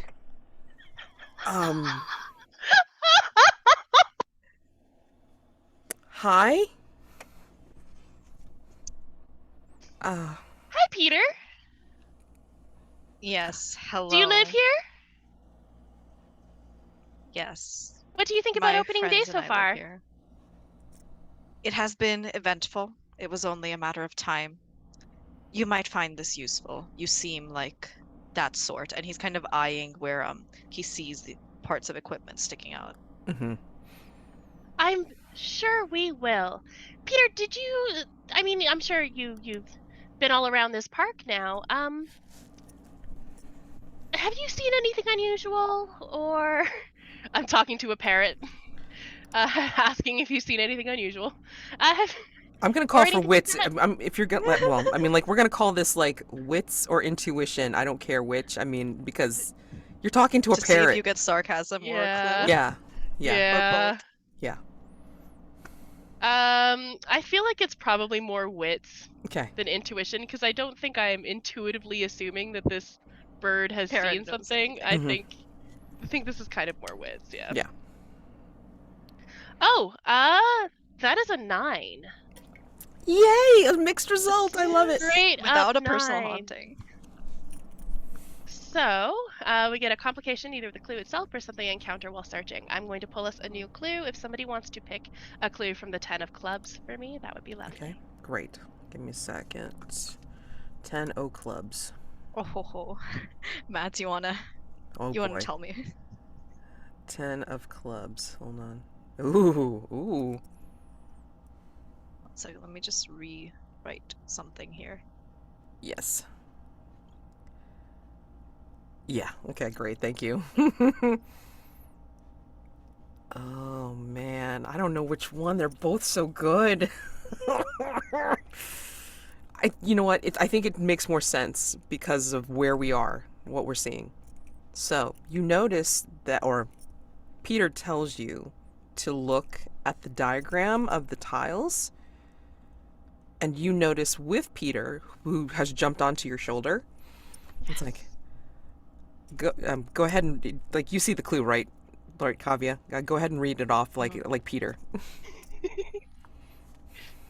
I don't know if you've noticed, but if you look very carefully, and he's gesturing with one of his wings, the paths here around those oh so famous goats. What's so great about goats that smell like French fries? All they do is make you hungry. They form a pentagram. I'm sure you could figure out what that means by yourself. Peter, this is wonderful. Thank you so much. This is very helpful. Yes, Are do the take ghosts? care of it. I will try. Are you sticking around with us, or do you have things to do? And he looks at you for a very long moment, and then looks at Ronnie for another very long moment, and goes, I think you'll appreciate the help. Oh, we will. Thank you so much. I feel like we should probably pull a paranormal event. Mm-hmm. Now that we've discovered that there's something creepy going on, and we've got the bonus of having our new buddy. Yeah, I love that we're getting animal buddies. I noticed that. I was like, now Ronnie needs to pick up an animal Yeah. buddy from somewhere. Oh my gosh. Oh my If God. somebody Get a would like goat. to pick a 2 of Hearts paranormal event for Ronnie and Dr. Fern to experience after this. 2 of diamonds. 2 of Hearts. No, I hearts is pulled at location. location. Okay. 10 of diamonds. Sorry, I mixed up my piles. 10 of 10 diamonds. Okay. of diamonds. Sorry, the reference is on this.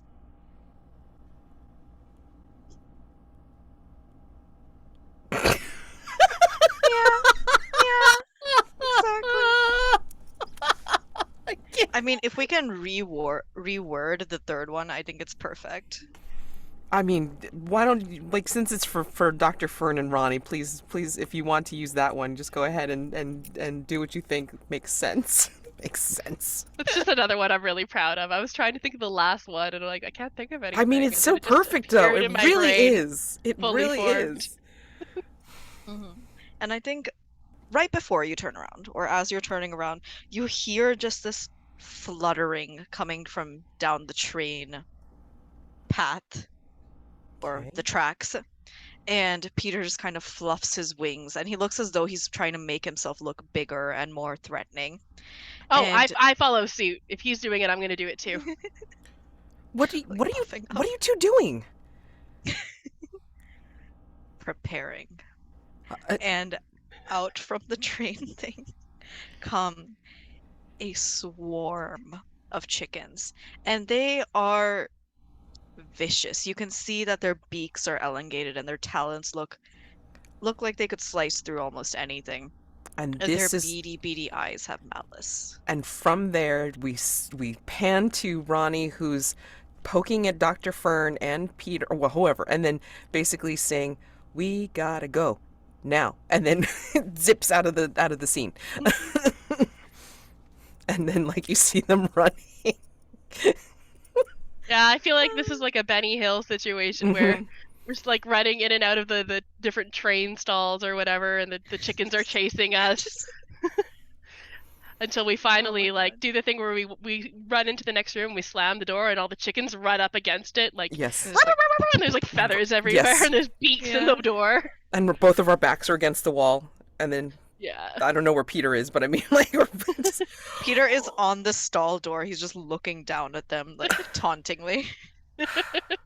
sorry, we not don't like have chickens. feathers. Oh, not at you two, at the chickens. Ah. He does not like chickens. Well, I suppose that means the train is off limits. Seems to be taken over by these chickens. Yeah.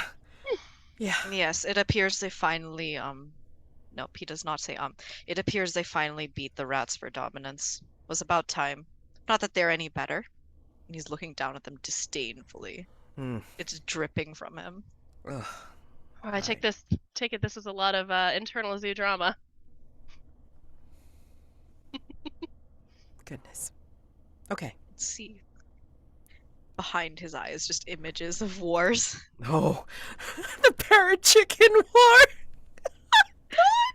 No, first there was I've the seen parrot rat things. war, and then the rat chicken war, and there will soon be a chicken parrot war. I've seen things that you couldn't possibly comprehend. Oh no. Quite. I see the headband going around Peter's forehead. Yeah. Oh, God. It's all tattered from like Yes. previous things.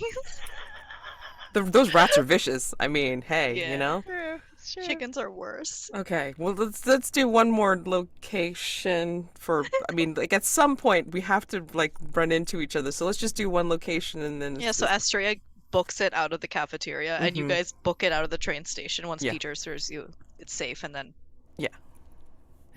We are the place that we found ourselves in is the Two of Hearts. 2 hearts. perfect. Okay. And then just go ahead and draw the other cards too. Like, so 10 of hearts, I mean 10 of diamonds and, or not 10 of diamonds, what am I saying? Diamonds, spades, and the clubs. Our diamond, our paranormal event is the ace. Okay. Our NPC, the spade, is the 7. Mm-hmm. And we have a club clue, which is the 9 of clubs. 9 o'clock. Okay, great. All right, so we have found all of ourselves in the control room. All right. This large booth supposedly houses a few human workers to monitor the zoo operations. AXO, the artificial intelligence that helps run the zoo, is very advanced. Paint the scene. What gives you the idea that perhaps Axo is truly sentient and this room is just for show? Nothing's plugged in. Like there's nothing. There's outlets in here, but there's nothing plugged into the outlets. I The think. go ahead. No, you go first. I think that there are seats here, but there are not like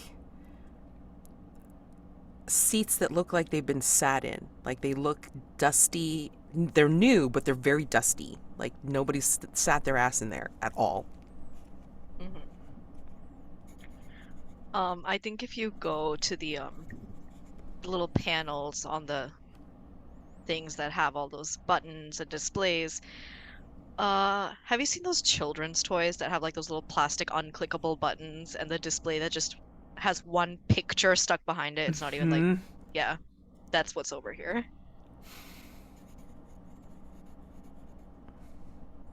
Why does this have like a picture of a cow? And like Ronnie starts trying to press the buttons and If only the ghost mover was working. I'm so sorry that you fell down, Dr. Fern. I mean, oof. I think we hear Astraea's voice, like, as she enters behind you guys, and she's talking to the snake because, yeah, she has no one else to talk to.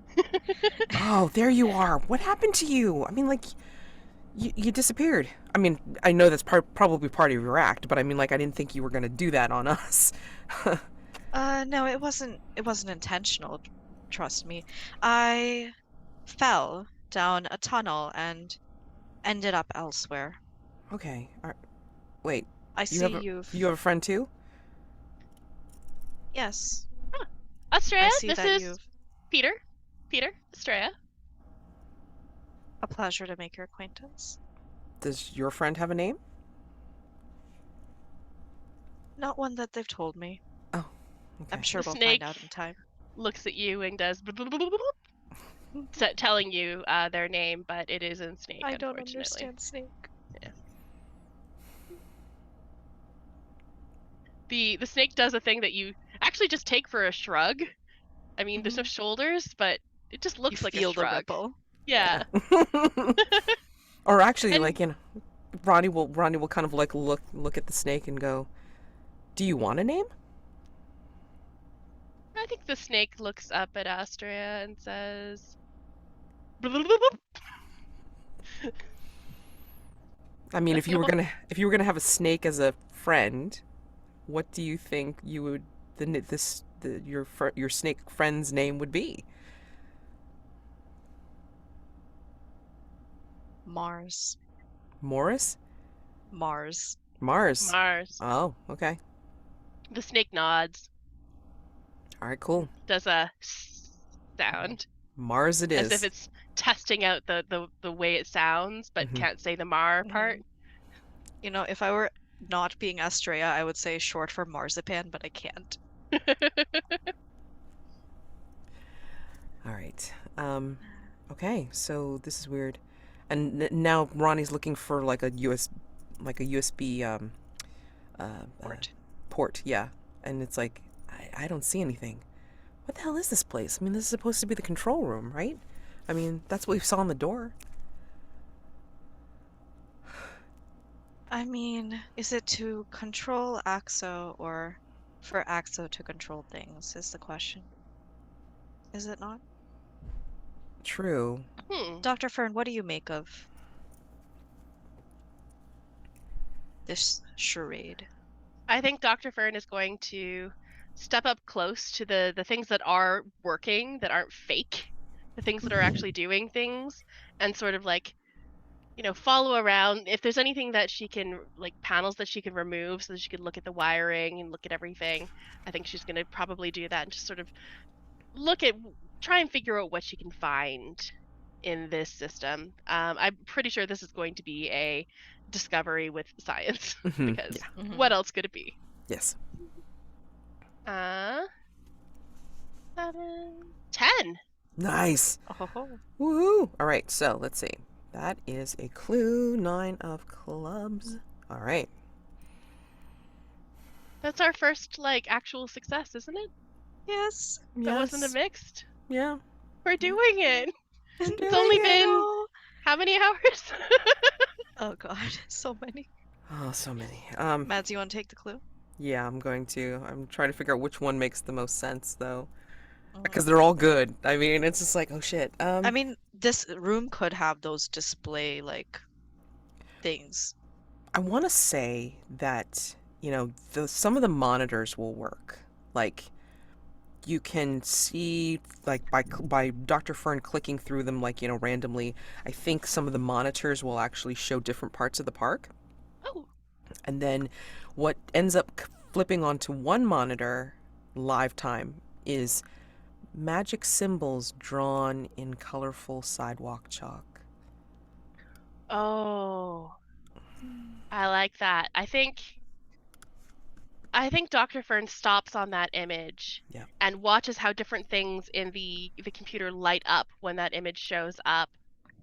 And I think we all notice that these colorful, like magical symbols surround the goat pen Mm-hmm. Mm. at the center of the pentagram, just to add a Well, little more yeah, flavor. for sure. Those poor So, goats. They never saw it coming. well, I Never mean, will either. let's put it this way, complexity 6 for this mystery, and we have 6 clues now.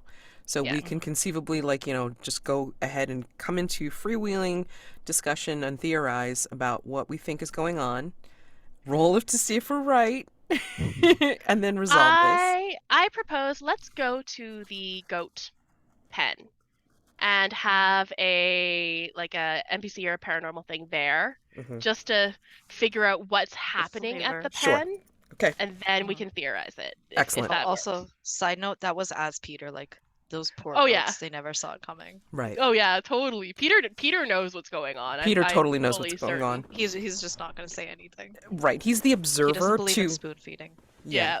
Yeah. Yeah. He's the observer that, or the watcher that is. Yeah. Anyway, sorry. All right. He's So let's. Giles, Yeah. Exactly. Oh, Giles. right? Sorry. Okay. I'll stop now. Oh my god. So bad. So, do we have a goat pen location? We should. Hold on. Let me see. I thought we I did. would be very confused if we didn't. I mean, we can all pull it out of our collectiveness. Yeah, we don't. We didn't set one up on purpose. Yeah. We have a 10. The 10 of hearts is a dealer's pick, where you can Yes. revisit a place. So I think we can just make it up. This is where we're going. Yeah. That's The fine. goat pens. Okay. So I think when we walk up to the goat pens, this is a petting zoo. I imagine the goat pens are probably open, aside from a little shelter for the goats to go in when the weather isn't great. For paint the scene, we know there's something weird about this goat pen. What is it about the goats or the pen that confirm it?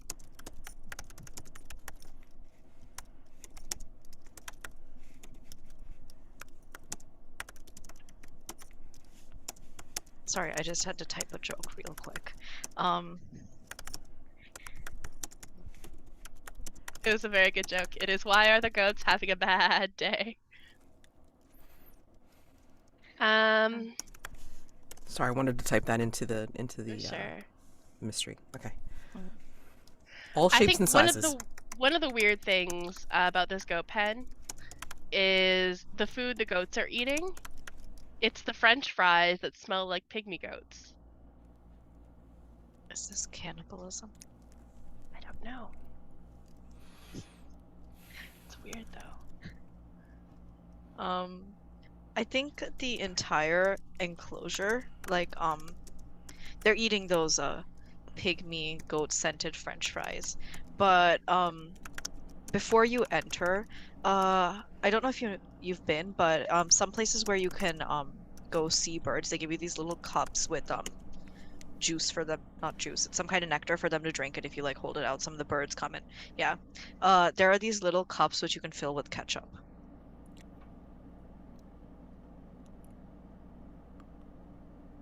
Ketchup It's that tastes like unclear. ketchup or ketchup that tastes like mayo? Cacheo. The No, I question mean, is left as an exercise to the reader. I don't know And how to it's also follow that. unclear if it's for the goats or for the goats. Yeah. Wait. Yeah. Oh, no, no, Oh. no, Gotcha. no, no, no, no, no, no, no. Okay. No, no. Sorry. I'm starting to get to that, like, okay, okay, it's fine, it's fine moment. The horror. The horror. Yeah. Um, you can do it, Mads. Make it worse. I,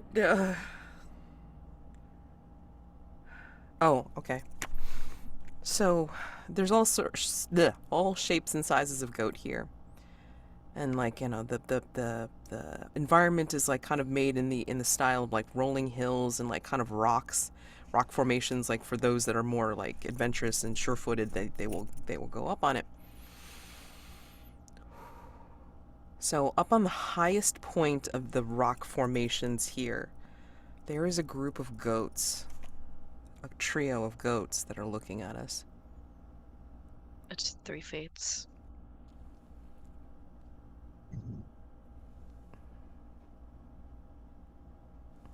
Well, seems like we found the place. It's Yeah. it's a little weird. It's a little Peter scary. has kind of ducked into himself. He's kind of huddling his wings together. Oof. You're right there, Peter. Fair enough. What's the snake doing? What's Mars doing?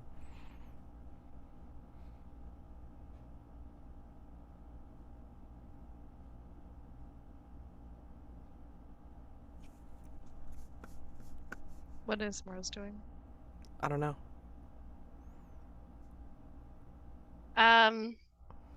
I guess that's me, hey?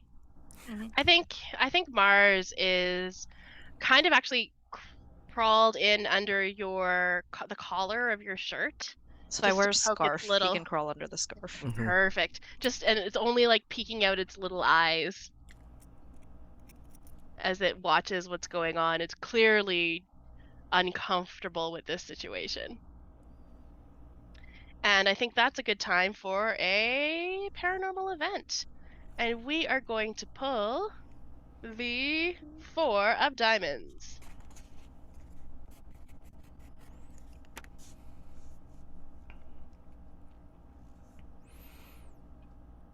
Do one of you guys want to take it?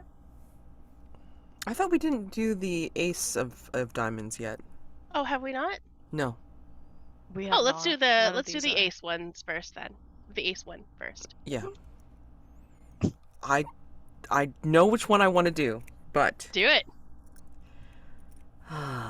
so around this goat pen, Let's see. there is a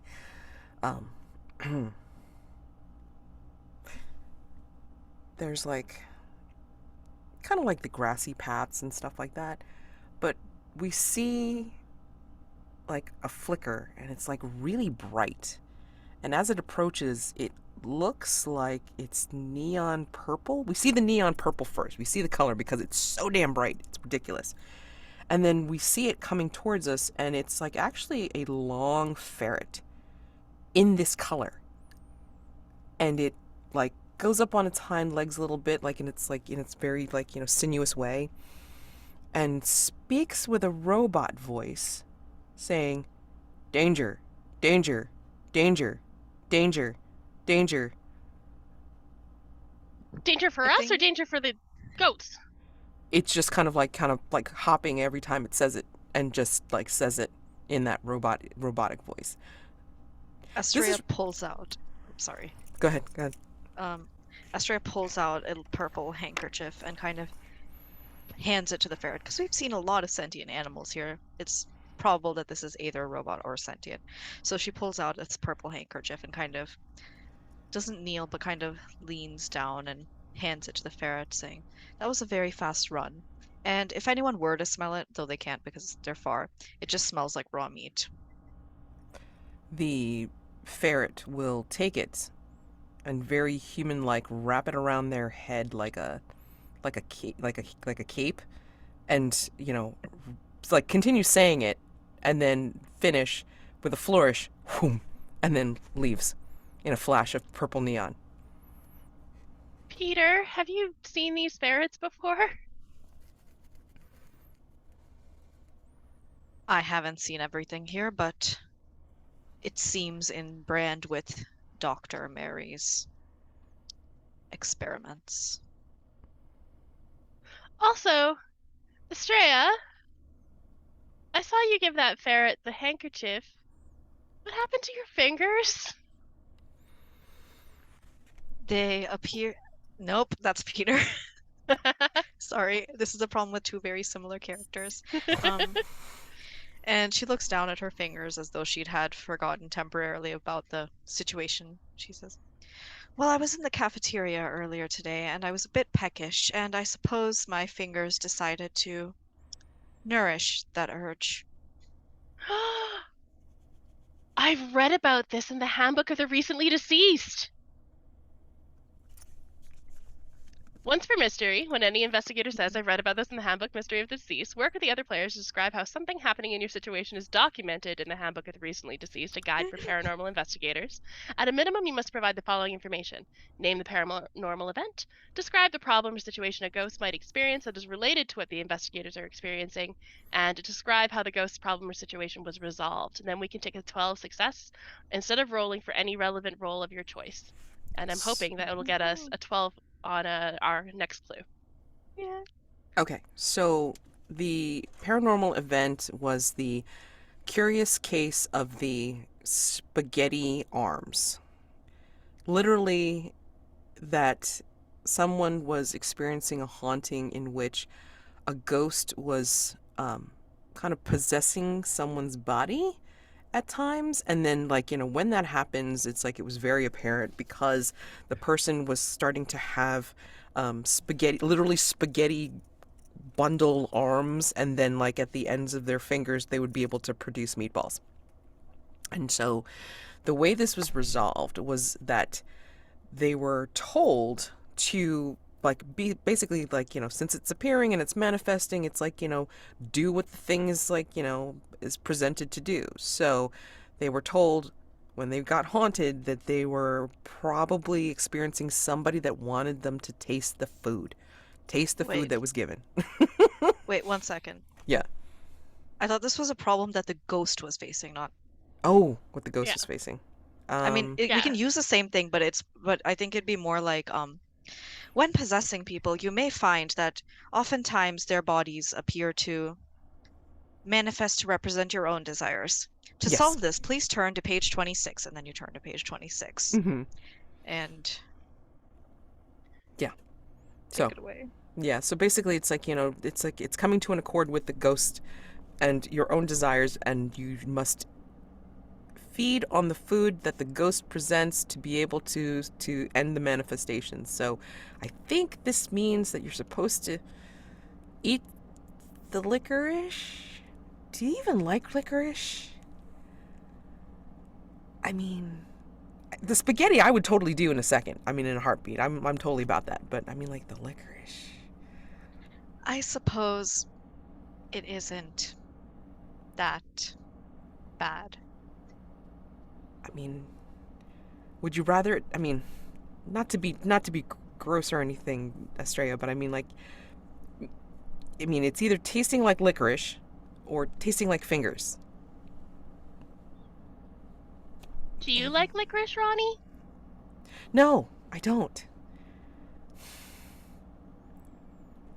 Astraea, who absolutely despises licorice, is just slowly bringing her hand towards her mouth, and she kind of which hand?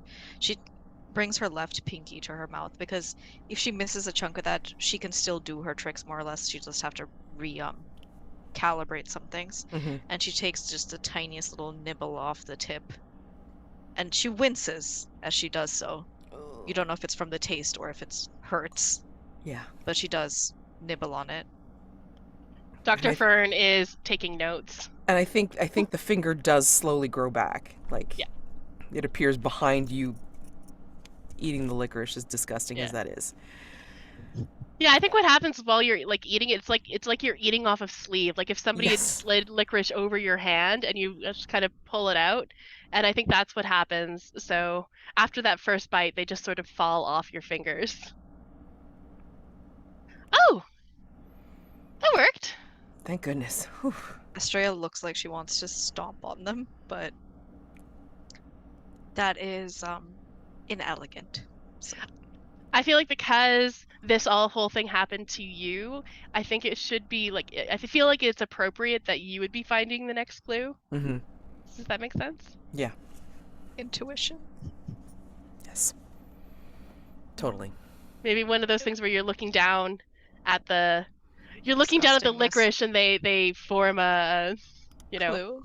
It's they just just letters the spelling out what shape. happened. Yeah, the shape of the licorice gives you an idea of where to look or something like that. Ooh, that is cool. So Like is a that candy divination again. so, yeah. We did the 9 of clubs already. So I mean, like, All pull right, another the card. 5 of clubs is our next clue.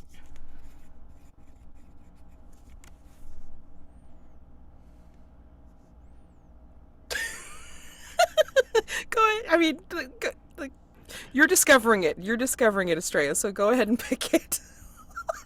God. Why? I know. Um, A 10-year-old wrote this, just so you know. I'm like That's why it's sometimes so I feel brilliant. it. Yeah. I think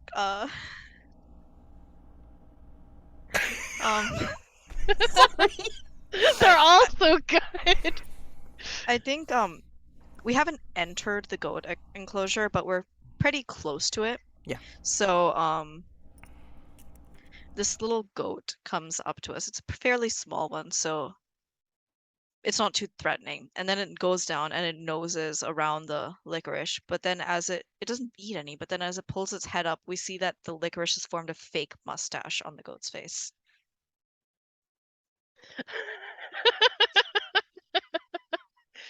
Oh, very, very dashing, little goat. Yeah, I was like, I need to make this on something. What do I make it on? Ah, yes, the goats.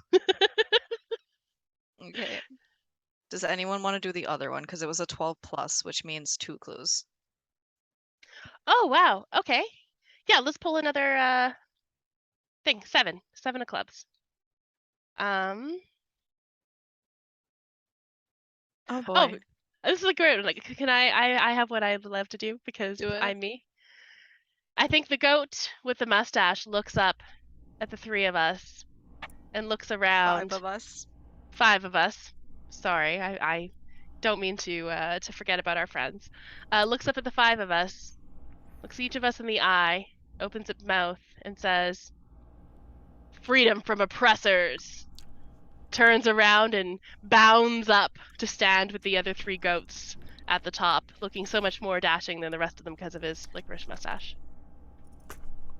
Why the hell not? And it's black licorice, so it looks super. It looks super awesome. It probably even looks like, like a goat rendition of Hercule Poirot. Yes, that's exactly what I'm thinking. Just needs the hat. Yeah, the little bowler or whatever. But it's the mustache that makes Hercule. So, Of course. of course. Okay, we've We've got lots of clues now. definitely theorize. We have more than enough. More than enough. But then again. No, don't say it. You got 3 chaos agents in this Zoom room. What do you want? It's true. I mean, if we do all of these, we will have a +2 It's true. if we manage. Do you mind if No, we take wait. a little quick 5-minute break? Absolutely, but I just want to make a mention before we take that 5-minute break. It's like, okay, in every game that each one of us has been, but like in most games that each one of us has been, when have we had pluses and still have had some interesting luck? I'm gonna say it that way. Okay. I had a +4 on weird and MOTW, and I still failed rolls. Whoops. You have to roll snake eyes to fail. I did mean, it so often. I mean, like, I'm still thinking of that episode in season 2 where, we had all those pluses and I rolled, even with the plus, to get us to Oh, 6. that was on a theoretical. What mystery was that? Was that St. Petersburg? Because it had to do with the Russian currency. I like, think it was. Yeah, I think it was St. Petersburg Mirror. Because nobody Good else wanted times. to roll. Nobody else Yeah. wanted to roll. 'Cause Thank you we very knew. much. We knew. Hey, I said we're gonna be using masks, okay? I mean, this is what Yeah. ended up happening. Just so. forewarning. forewarning, just so you know, you ain't gonna roll, so here you That's go. what they're for. Okay, absolutely. Okay, so we will come back on the 10 mark, and then, yeah, we will Yep. get these clues in Resolve order. things. Yes, we Yep. will solve See you things. See in you in 5. 5. Okay, resuming. All right, Yep. so we have the clues. Let's read them off. Hold on. A treatise on human animal computer intelligence that devolves into ranting. A baby doe starts to sing a revolutionary song from Schoenberg's Les Miserables. Pink fluff off of a tool handle. USB labeled failures. The walking paths around the zoo form a pentagram, which has the goat exhibit sitting at the center. The magic symbols drawn in colorful sidewalk chalk. A fake mustache, and a message: freedom from oppressors. So we have 7. Okay, I can't count. All right, here we go. 8 8. clues. 8 clues. All right, great, fabulous.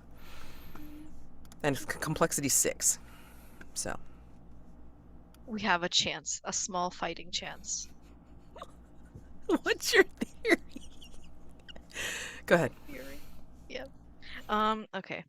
So my overarching theory is that Dr. Mary's experimentation gave these animals a very large amount of sentience, and they are definitely trying to escape from the zoo because they're sentient creatures. They don't want to be here.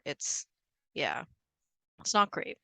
So so the treatise on human animal computer intelligence that dissolves into ranting is so Axo the axolotl is a real animal.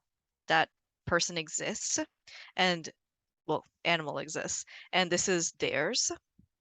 It's just after the ranting, before they could pen down any actual theories, they were found and they were forced to work as Axo the axolotl, the mascot slash artificial intelligence, right? And everyone knows what's going on. The animals are all in the know. They just don't talk to the humans about it because you can't really trust humans. A human did this to them. So there's the doe that wants revolution and the goat that wants freedom. And so the pentagram was a carefully planned ploy. It took several months, but the animals managed to guide the workers into making this pentagram, and using it gave the goats a little oomph of power.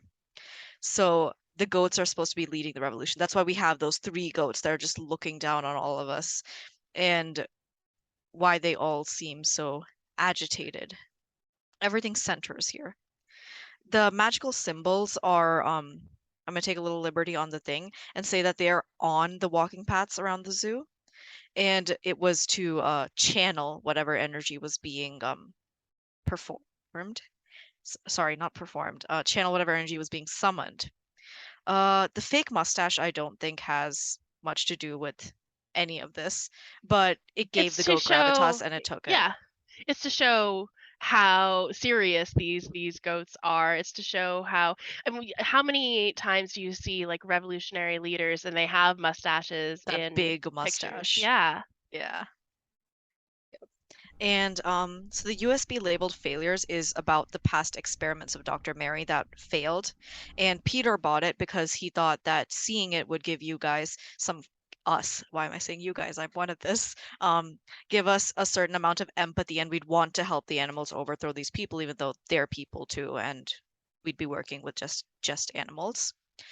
And I think the pink fluff, it was one of Dr. Mary's many, many experimental creations, but it basically enhanced whatever ate it. It also had this side effect of turning it pink, which is why it's not a proper thing, but it enhances the creature to better show its essence, which is why that pink snake was eating it and then suddenly had those very expressive eyes, because that snake at heart was very much a dramatic, expressive creature.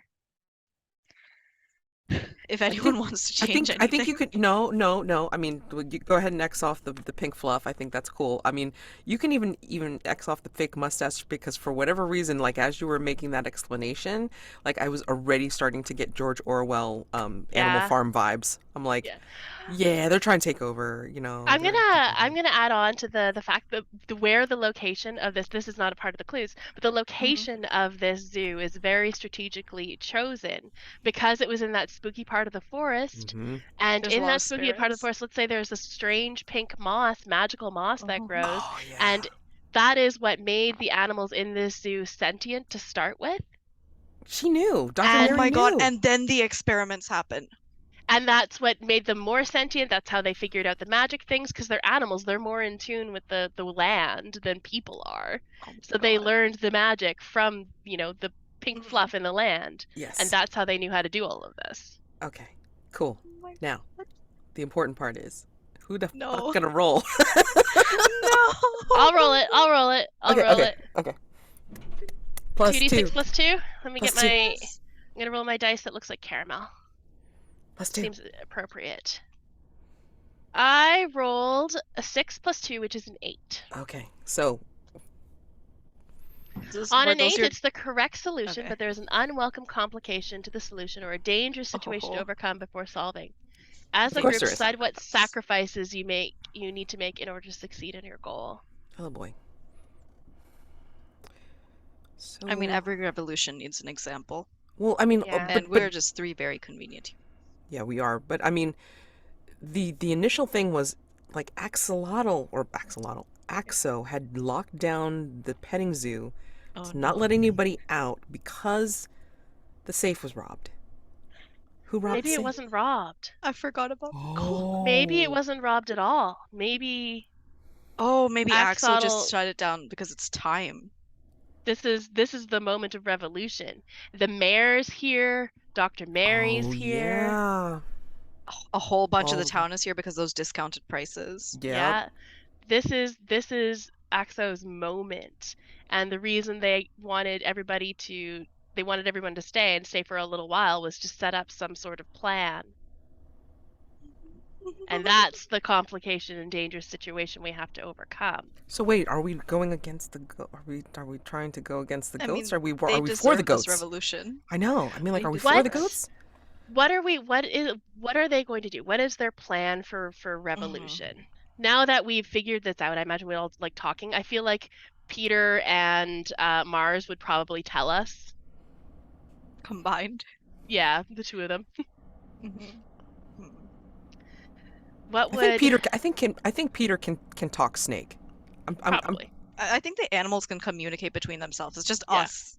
Yeah. Like Pokemon. Pika. You know what I mean? So Maybe they want to take over. They wanted to take over the zoo. They want to establish this zoo as their own area. That's why As they their have own the little mayor town. here. yeah. Their own ecosystem, and they want to make sure that they have their own rights over it. That's why they need the mayor. Axel's the mayor of this town. Question for Peter. Ronnie will actually seriously look at Peter and say, "Is Dr. Mary even real?"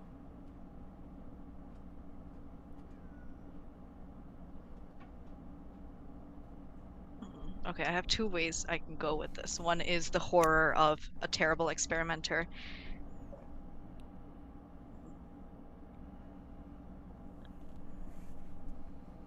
They're as real as I am. Okay. And Very loaded statement there. Yeah. hmm. You're pretty real, Peter. I think just kind of pokes him a little. He kind of fluffs his feathers a little, like in this ruffle, Mhm. but lets it happen. Because at least you guys are here and listening and seem to be inclined to help. Yeah. So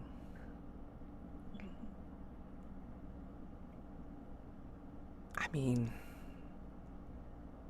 I can see making it your own.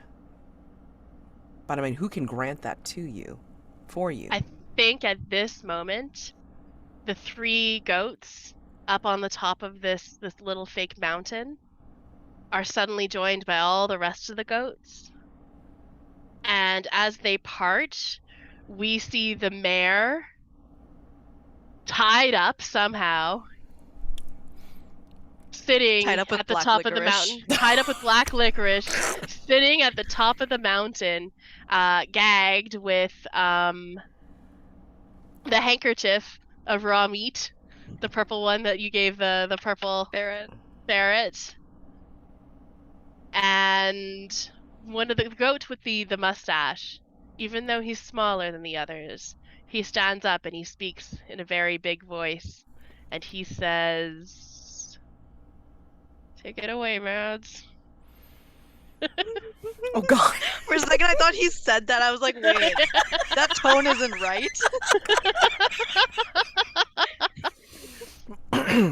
Yeah, I think he's got a resonant voice or whatever, and he's just like, and he's cute because he's got the fake mustache on, but it's still very serious and very resonant and overlooking everything. It's like, we want freedom. We want this to be our park, our petting zoo, our place. This is the time to free us. Let us be here, not at the beck and call of humans, persons, people. This is for us, all of us, animals, not for petting, not for And I think- amusement. As the speech happens, Axo is piping this music through every single speaker, and it's this rusted version, not rusted, I'm sorry, that's not a sound adjective. It's this kind of fragmented, slowed down, kind of distorted version of that revolutionary song from Les Mis, just playing in the background.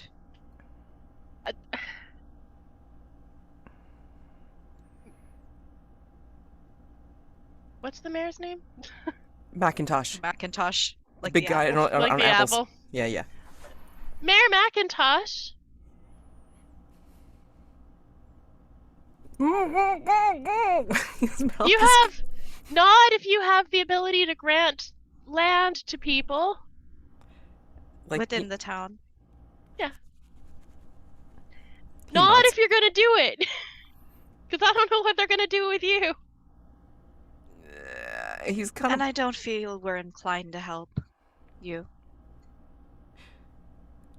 like his eyes widen behind the gag, and he's like bobbing like desperately and enthusiastically. It's like, mm, mm, mm, mm.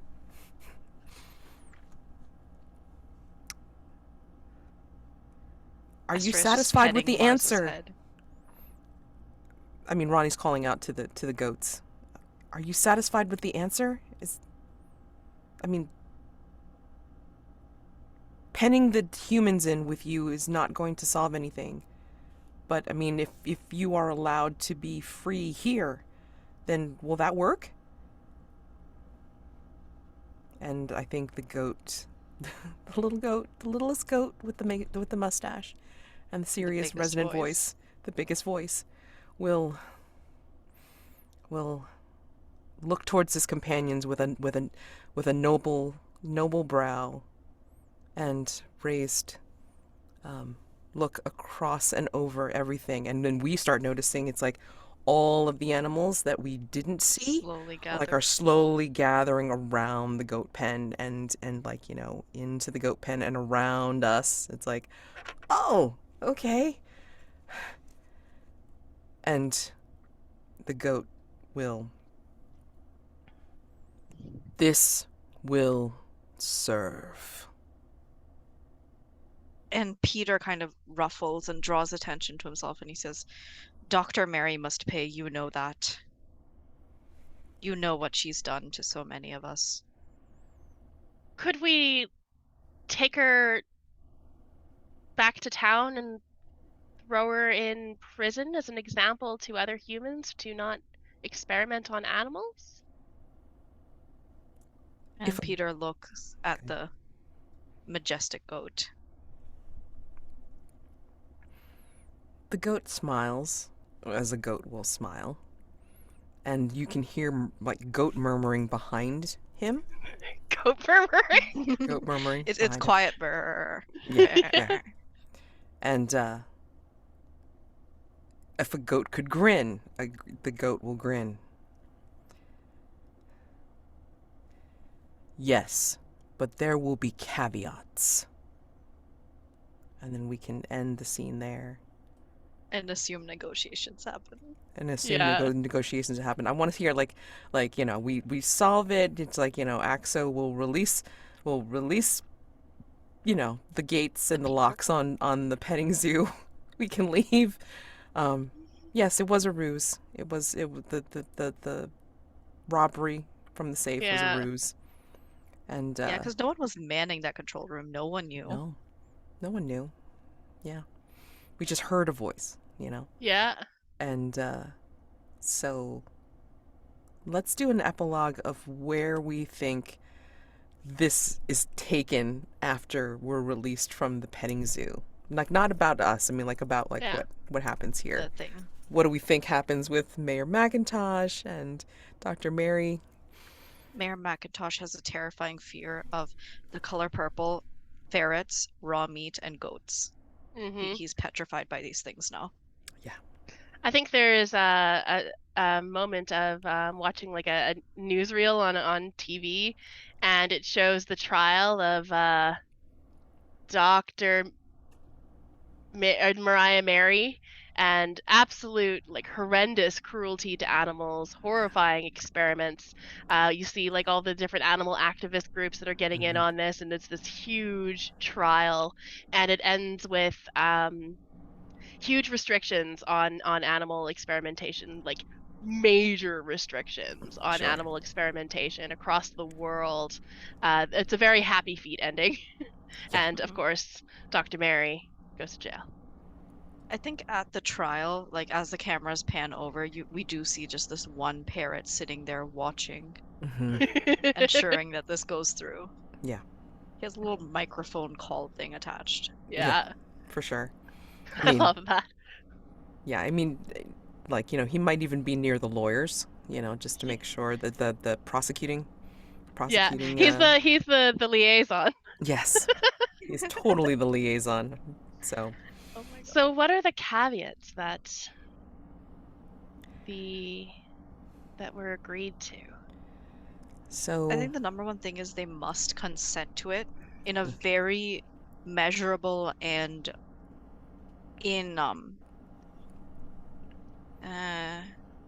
in a way that cannot be misinterpreted. Mm, right. I mean, one of the things that happens is that, they are granted, there's a land grant as well as the bestowing of the petting zoo control over to Axo and the animals.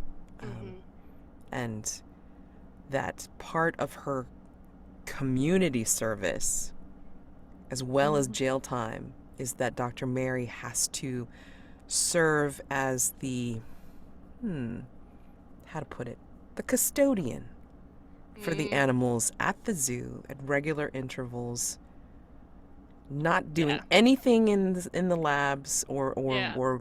whatever. It's just scooping up crap. Yep. Yeah, I cleaning. think another caveat is that there are only certain people allowed in Yes. this area now. Yes. The list is very limited and it must be adhered to. But one of the people who's very welcome to continue on working is Jason Wasabi, because he was always Because so he's so kind. kind. Mm-hmm. And he's been basically promoted to the highest rank a human Director. could possibly have. Yeah, the human director. He works directly with Axo and the Mhm. animals to must be ensure so that happy. they get everything they need. Yes. And yeah, he's living his best life. He's still the second tallest person in this place, though. Yeah, We it's don't know who weird. the first. We don't know who the Yeah. first is. That other It's person an- stayed on it's too. a Sunderman thing. Yeah. I love it. Yeah, like he's almost like an exhibit in itself. He's a walking exhibit around the place. So, but I mean, like it's not it's not an exhibition anymore. It's basically their place of living. This Their is their home. this is their environment now. Their habitat. So, I mean, I think part of the land grant has also been expanding into the forest. So Yeah. this way, like, the doe and like, some of the other wilder, like Can have a natural lar- environment. Yeah. larger animals have better reign over Yeah. what's going on. They've dismantled Mhm. the tram as well. So this way, um, it's not made for human Yeah. use. Yeah. But, but, like in case they have to shuttle around injured animals, like so, like veterinary practices Yeah. Services. are allowed here to help, like keep the animals, healthy, and like so Yeah. therefore it's a transport just in case like there's any animals that need to be like examined for Yeah. to Like ambulances. Yeah. yeah, exactly. So. I think I think the pink moss expands into the petting zoo, Mhm. and where we had those walking paths of that Mhm. pentagram, it just kind of grows in that very specific shape. It's Mhm. kind of I immortalizing what happened here. Yeah. I think in also another corner of the petting zoo, we see that there's a small, if it was for the animal world, whatever a classroom would be, I think they have their own version of like, like teachers in the oral tradition telling stories. And I think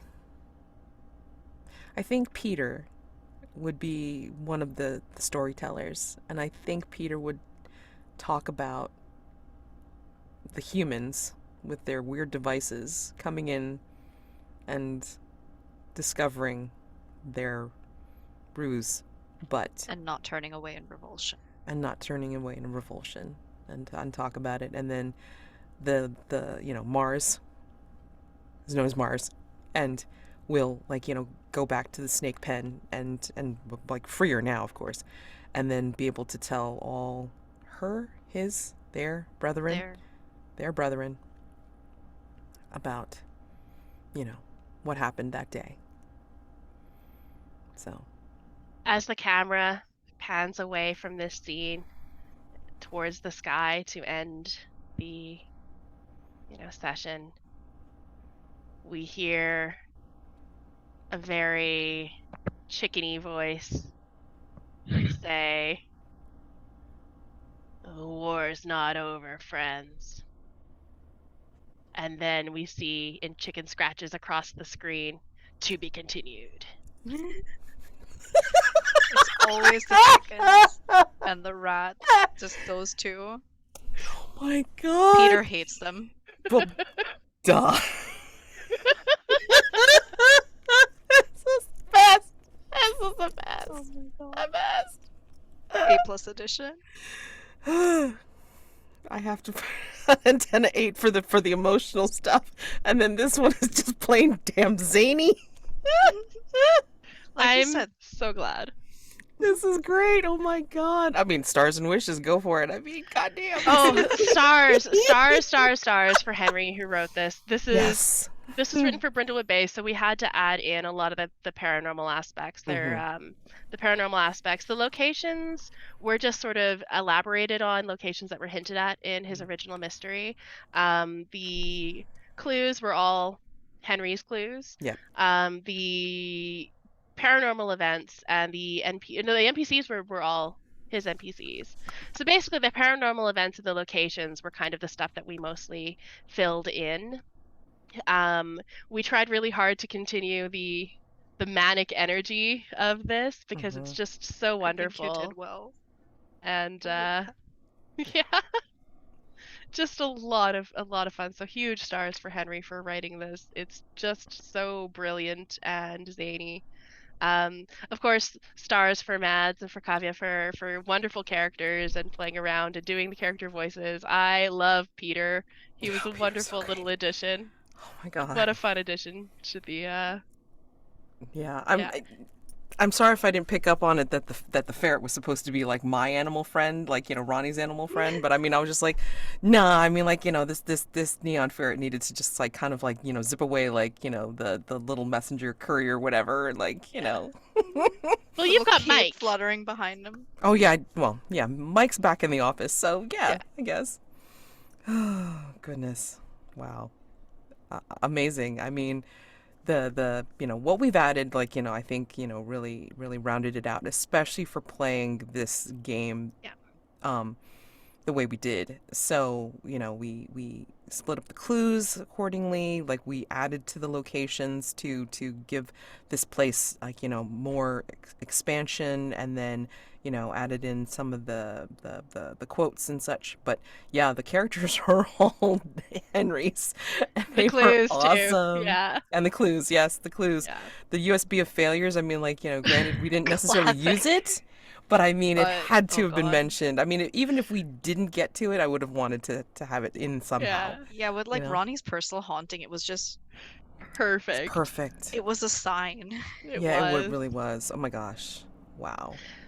Wishes I would love for Astraea to reluctantly join us again because I think it would be. Astraea keeps finding herself in this city. I'm Yeah. never Somehow. going there again. And she keeps Pan to coming 1 month later. Yeah. to 1 month. Well, I mean, like, I mean, I don't know when we're going to get to it, because I mean, after this, because we adapted this from a Brindlewood Bay mystery. I mean, is there only like the Havisham place I think left? so, yeah. But there is a Paranormal Inc. mystery jam coming up very soon. Yes, starting September So, 1st. So everybody like that wants to write for this, please do, yeah. and then and I know that, Kavya, you and Ironar were working on the playbooks, like, custom playbooks to add Mhm. to the Paranormal Incorporated experience. I mean, you played one like today. Yeah. Like, you reprised your characters of the illusionist. So I mean, that was excellent. I mean, you didn't use as many moves as you did like last time for the guest investigators Mhm. episode, but I mean, it was like still awesome to see Astraea in action for sure. So, I I mean, kept again, forgetting. what? I forgot to use my moves. I mean, there was a totally off episode that I haven't like even posted or anything like that. Well, I haven't posted the other stuff either, but there was one where Ironar and Kavya were playing completely different custom playbooks, and I was playing Ronnie's English Another cousin. custom. So we were in Yeah. England for this. So we were on location. So we did Phantom of the Opera again, but in England. And I don't think we even got to our moves. I think it was just all role play. Yeah, because the characters were so perfect. It was perfect. I Like, mean, I'm just gonna do it just cause, but I mean, like, it was hilarious because that was supposed to be a play test of the playbooks, and we just role played because it was funny. I'm really bad Sounds at like a this. good play test. I mean, you had a good time. Yeah, we did. So I mean, Yeah. can't complain. It was just like, it's like just playing like like an English cousin. It was fun, absolutely. So I didn't even try to do a British accent because I knew I'd butcher, Oh, I butcher don't. it. it's I don't do accents. I It's just fine. I just do my own. This is me, but now I'm posh voice. oh, it's perfectly fine. Oh, I same. mean, I have one of those. Yeah. yes, I've been using it for Astraea. Or I'll say garage instead garage. of garage. Yes, garage. My schedule. I have to check my schedule. No, everything was like really fun, even though we had like a lot of like tangential moments. Gee, that sounds familiar. That sounds familiar, but again, you get 3 chaos agents in the room, and Yeah. you Oh my get god. hot mess, so it's Yeah. fine. It worked out really well, I especially for mean, this mystery. hey, yeah, even with that little aside we had, we still Yes. finished. And stars for Kavya for bringing us back. There was a break that we It was a took that- longer break. It ended up being like a Unscheduled. half an hour because we were just chatting, and Kavya brought us back. So stars for you for doing that because that's not hard. It's not easy to do. No, it's not. To I bring forgot. the table back to focus. So Table. No, not the table. It was like you and me. yeah. And myself. I mean, I saw were the all tab and I doing was it. like, Kavya. This was a lot of fun. I'm so glad we got to do it. Yes, I'm so glad that, and I'm so glad that Kavya, you were able to join us for this one. So it was basically the Paranormal Incorporated girls night out. So it was great, and not I that we mean, don't miss like any the girls' other night, guys. it went. Yeah. Explosion. Just fine. Just fine. Yeah. So Like every girls' night, it ended up with a bunch of animals being freed and a revolution, Yes. and And That's some just singing. standard girls' night Yeah. musical. Oh, well. Like, maybe that means I'm supposed to, like, record a session with Ronnie singing to Do you hear the people sing? Too Yes, funny. just to have a little like blooper thing at the end of this. Oh, God. Well, I mean, again, it's like I worry about, like, YouTube taking me down, so it's like that's a completely I mean, separate thing people do altogether. covers, right? Like I- musical covers don't get Doesn't taken matter. down. No, I mean, I think it doesn't matter. I think it's just still, and especially if I use, like, the music, even if I'm singing with the music, it doesn't matter Yeah. because it gets That pretty can be fussy. sad. weird. Yeah, so. Copyright Better laws. be safe than sorry, right? Yeah, exactly. Mm. That's why I can't, I can't post, like, me singing the other thing Yeah. to accompany whatever. So was it'll just so be in my good. server and it'll live there for anybody that wants to listen. Mhm. But yeah, I will. I mean, this has got to come out very soon. This is like too Yes, good. this is a lot of fun. Yes, Has to exactly. go up. Yeah. Yes. I do have to take off, but Yes. thank you so much, Mads, Kavya. Thank you so much. This was a huge amount of fun, Mm-hmm. and I hope to play games with both of you very soon. Mads, I'll see you on Wednesday when we course. play Brindlewood Bay. Yeah, exactly. Yeah, we're Yes. playing Amanda's Mystery in that one, like Yes. rooted in evil. Yep. Yeah, I'm guesting on as a guest player in their Mhm. game, so it's a lot of fun to see a mystery you wrote being played. Yeah. Or It's playing weird. in your mystery. Holy crap. Yeah, it's weird. It's very So I'm weird. just like, and it's so hard to not be like, I wrote this thing because of this, and I did this thing because of this, and yeah. Anyway, Just roll with it. Just roll with it. I try. All right. Have a great rest of your day, you two. All right. See ya. All right. Right. So Stars and wishes. yeah. Stars, holy fuck, Amanda is so much fun to play with. I didn't get to Mhm. tell her because she had to take off immediately, but You can tell her in chat. I mean, loved she's it. in the server, so. right. Or I can text her. Yeah. Yes, you But can. it was so much fun. Yes. I love that we kept playing off of each other's all three of us, each other's weird animal bullshit. It was No, that was like, that it was was so good. amazing. And like, you just kept on cueing each other. It's like what would Mars think and what would Peter think? It was so cool. That was amazing. Holy shit. I mean, we had an offshoot, so Astraea had no one to interact with but Mars. So yeah. yeah. No, it was Um, wonderful. Yeah. Star for this thing in general, like the mystery in general, peak. Like the way it was originally written, Mhm. yes. The things you guys added to it, also yes, because there were so many references in there that if I just read something, I would just be like, oh my god, I can't laugh, but I really want to. Right. But you can't help it Yeah. because I mean, again, it's us playing, and then it's just It always devolves. just the wackiness of it. I mean, I thought you and I were bad, but I mean, like, three of us together, holy crap. It just gets worse. It's the attention problem. It just exponentiates. Oh, hey, it's fine. It's fine. Oh, you just mentioned math. There you go. Yeah. Wish, oh god, I want to play with Amanda again. And also I want to play more Paranormal Inc. I haven't, but that wish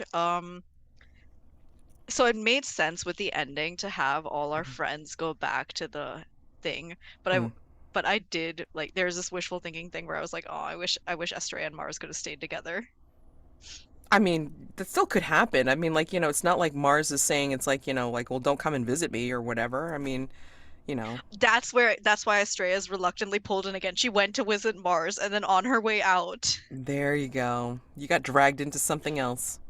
Yeah. It's horrible. The Well, city but is the okay, worst. well, let's put it this way. I mean, like, would you actually tell Ronnie this time that you were coming by to visit Mars and then that you were in the area? That's the thing. Absolutely not. Like the first time was bad enough, and then the second time happened.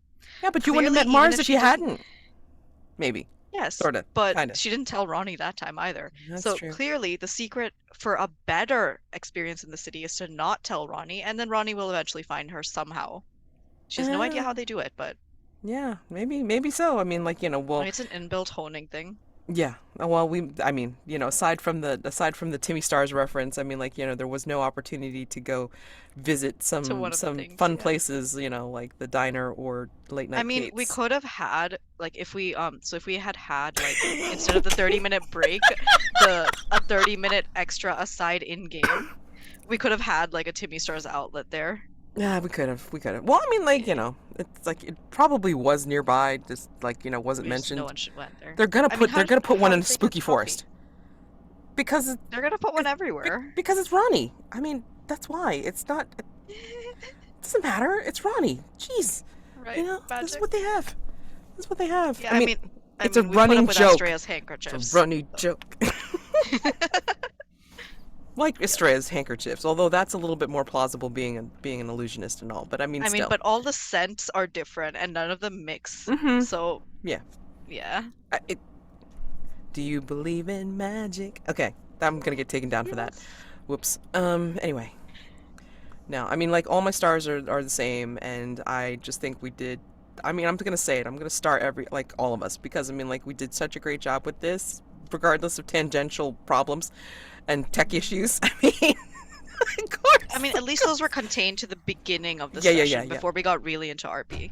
I'm actually thinking it's like, the universe was saying, oh, this could be a bad idea. I need to, like, fuck this up a little bit before they get started, and seeing if they're going to continue on. Yeah. And because the energy was in the room, in the online virtual room, it had to do it. So yeah, It had to let it happen. yeah, it had to let it happen, and at least, like, break down, because I think it was my connection and then, like, Amanda's connection or something. I don't know what, but that Amanda's was tech.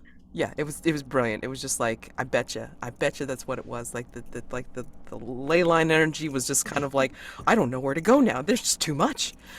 Your internet was powered by us today. Yeah, yes. I'm gonna say so. How many games have I had in the past? God knows. I don't even want to think about it. But anyway, it didn't happen like that in any other game recently. So. How would you explain Something it? about this. How would you explain this? With a paranormal event, obviously. Paranormal event, So, this was excellent. So, again, my wishes would be like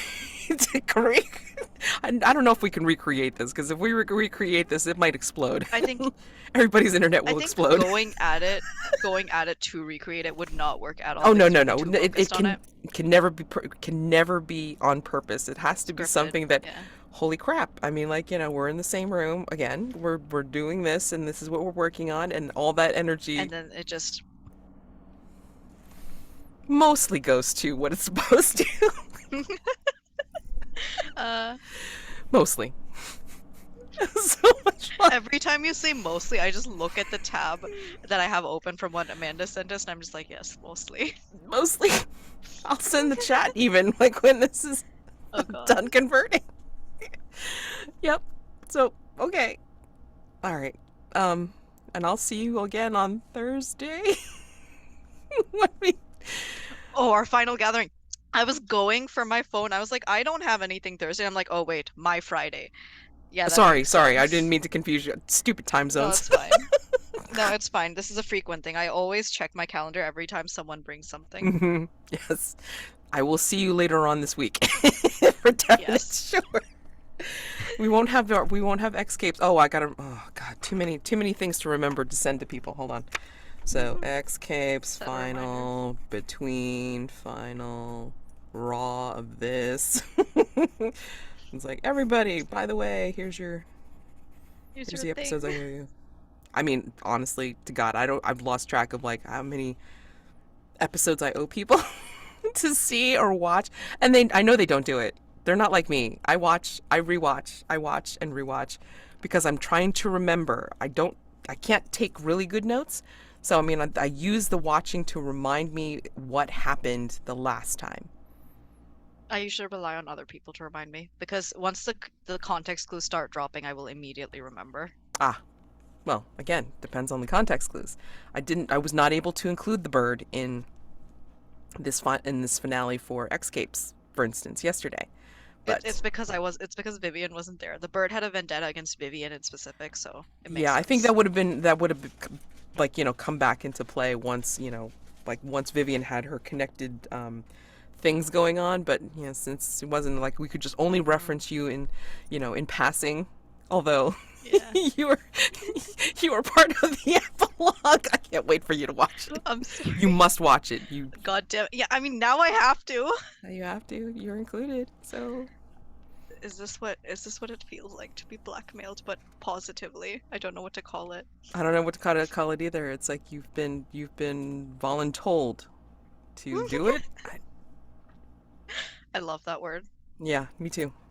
Um, Honestly, I wanted a longer escapes thing, but I'm kind of glad it's over because yeah. Vivian is exhausting to play. Like, I cannot describe how tiring You she is as a human started her being. that way. I mean, like, I not know. to be No, the thing fresh. is, she wasn't supposed to be like that, and then everyone kept adding things, so then she had to be like that because I did live up to the image of Vivian Venice because it was a great image. It was a great image. I mean, like, It's just well, I mean, it's kind of like, with the whole thing about a name, right? I mean, like, it's not mhm. what you call me, it's what I answer to that's important. So you didn't have to, but you evidently wanted to because you leaned No, in I hard. had to. It was so good. I had to. I was Mm, voluntold to do it. okay. I mean, again, like, you still have the veto revision choice. It's just like personal quarters items. It's like, it ain't solid until you write it down. Yes, but see, the thing is, it might have been tiring, but everything everyone was adding was so good. I just couldn't Sure. be like, no, don't do it because holy hell, I would have done it if I had thought of it. So, Yeah. No, I mean, it was good. It was good. Although it's like, I just kept on, I kept on leaning into the whole, like, really sounds like, like Vivian and Alec were sounding like a married couple. So eventually, I mean, maybe that would have come out or something like that. I don't oh God. know. But Yeah, yeah, I that mean, I would have eventually vetoed. I don't know, it didn't feel like a romantic oh banter. no, no, I wasn't But saying also, romantic. I am. Mhm. I Okay, wasn't thank you. saying romantic at My all. So I am very in the arrow ace direction, so my filter for these things is just fucked. I have no idea. Okay, no, I mean, it's fine. It's fine to Yeah. know. I mean, yeah, yeah. These are the kind of important things to know for when we go into games, because it's like, now you know. Now you know. It's like, Mhm. like, well, I don't know if you know from watching me or whatever, but I mean, I will usually put in like some sort of element like that into my play. You Yeah, know, I I notice, can't but help it. like peripherally. I don't notice. It's not a conscious notice. I'm just like, ah, yes, this seems familiar. I should lean into it. And then, yeah. Yeah. Oh, escapes and heaven. Heaven is here Heaven because you is need to here. see that. We mentioned you in passing as well in that game, Yeah. so you will need to watch I that as am well. I'm so gonna have so sad that much the shit for Lucifer you. thing didn't happen. Again, it's like, you couldn't be there. I mean, if you couldn't be there, you couldn't be there, and it's like it worked out in a weird way because I mean, like, we made many things metaphorical, and it wasn't Mhm. like, anything outright graphic. I mean, and I don't do graphic unless, like, Yeah, no. it's like a true okay. And honestly, it's actually more beautiful when it's metaphoric.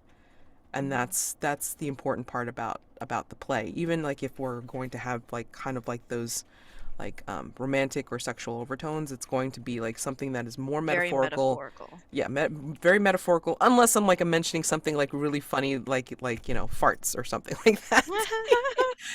Which I did for feathers. So hopefully at some point I'll be able to put that one up as well. But anyway, it's like I tweeted out today. It's like a lot of should haves in my life, um, and I should do's. So got to get rid of that energy, or just like accept it and go. Well, it'll happen when it happens, people. So there you go. Hmm. Um, but I'm giving everybody the chance to. In fact, I probably should put a thing on my server saying it's like, if you've been in a game with me and I did not send you the last Just part of ping the me and let me game, know. let me know, because it's like I have it still. I just I haven't just worked on it. forgot. Yeah. Well, I haven't worked on it. I mean, if you want the unedited raw piece, great. I will send it to you if you request it, because I forgot. I mean, it's a lot of It is a games, lot. Mads. It is a lot. I mean, I'm afraid to count how many games I've set up, run, or played since beginning of May, when I got really serious So, about this all. games that I play with you, I have in pink on my calendar, Uh okay? huh. And I have had more games with you this month than with my IRL group. Is that a problem? Not really, but oh my god. It just bears pointing out that I know, I know. I think it's hilarious because I mean like now I actually have regulars. Well, I mean like not like necessarily regulars every single time for crew, but but I we're mean around. you're like you guys are around for things like Rob and you and Jack and um like Amanda sometimes depending on what it is or when it is, and then Mhm. like to a lesser extent like L or Paul D or like um Mona even. I mean, I think Mona's been in quite a few games with me so far, and that's been not Mhm. only on my server but also on Gauntlet. So it's like, dang Mona, it's like Nice. it's great. It's been wonderful, but wow. I mean, And there's so many more we're- people that I mean I've only had like maybe like one experience with, and it's like I want to play with you guys more, but I mean like I don't know when. somehow it doesn't scheduling. Oh, scheduling. Our It's like greatest enemy. yeah, our greatest enemy because of time zones or time conflicts or whatever. Or So real life things, yeah. real life things. I'm terrible. I'm really terrible. So yeah, Mm. okay. So I will see you in a few days. Yep. Let's leave it at that. For our final gathering. For our final It- gathering, which we know it won't be for like, you know, It's game left to wise. interpretation whether it's final or not. I don't know. I don't know Sorry, what it's gonna look JK. like. Yeah. No, I have no idea what it's gonna look like because I still have to like make sure that the playbooks The look character like understand. Yeah, the character keeper looks like it's supposed to. But yeah, Mhm. that won't happen tonight. I have a writing Yeah. group meeting Also, it tonight. was so nice. I went into the safety tab to add things, and I literally only had to add one thing. Oh, nice. Everything else Okay. was already there, and I was like, "Oh my God, thank you guys so much." Well, that's one that I created and I keep reusing for everything now because it's like Mhm. just add to it and then like and if Oh no, no, I don't mean I had to add a thing. I just had to check one box. oh Everything else okay was already checked. oh Like, okay great. All right. yeah, Okay, cool. it Well, was I mean, great. don't forget. I mean, like you have to get more specific in the notes section. Please do because Hmm. I don't know what's like some people would consider like this or whatever, especially if it's a veil because Hmm. I mean veils are tricky because it's like if it is mentioned, is it going to be mentioned in a way that is okay or is there something Or is it not? specific about it that you have to just kind of ping us on and say just be very careful, that kind of thing. Yeah, So, I had a player slash friend IRL group, who had veiled suicide, but it was because the problem was suicidal ideation and thoughts, mhm. and suicide itself was fine. Like I could describe the suicide if I wanted to. They just didn't want to know what the person was thinking. Oh, okay. Yeah, I mean So it's that's very very specific. specific. Yeah. Yeah, that's very specific. So, full show, and I will see you in a few days. And then, Hmm. oh God, all these things I gotta send. Yay! All right, wonderful. Fun. Perfect. Okay, Your great. internet is Yay! fighting for its life right now. It probably is. Thank God I have a newer machine now because otherwise, if this was still my 9-year-old machine, none of these recordings would come out No, at all because it would be crap. It would you said be, 9 year olds, and I was immediately like, "Rah." mm-mm. Well, I mean, it was not a good situation that I like, oh, I have to do this. I have to do this. Oh, I better upgrade before I really, really try to do this. Mhm. So it was a good time to find out. It was fine. It was fine. Alrighty. You have a wonderful few days, and then I will see you for this game that we're all gonna kill each other for. Yay! There can only be one. Yay. Yay! Yep. All right. See ya. Okay. Bye. Bye.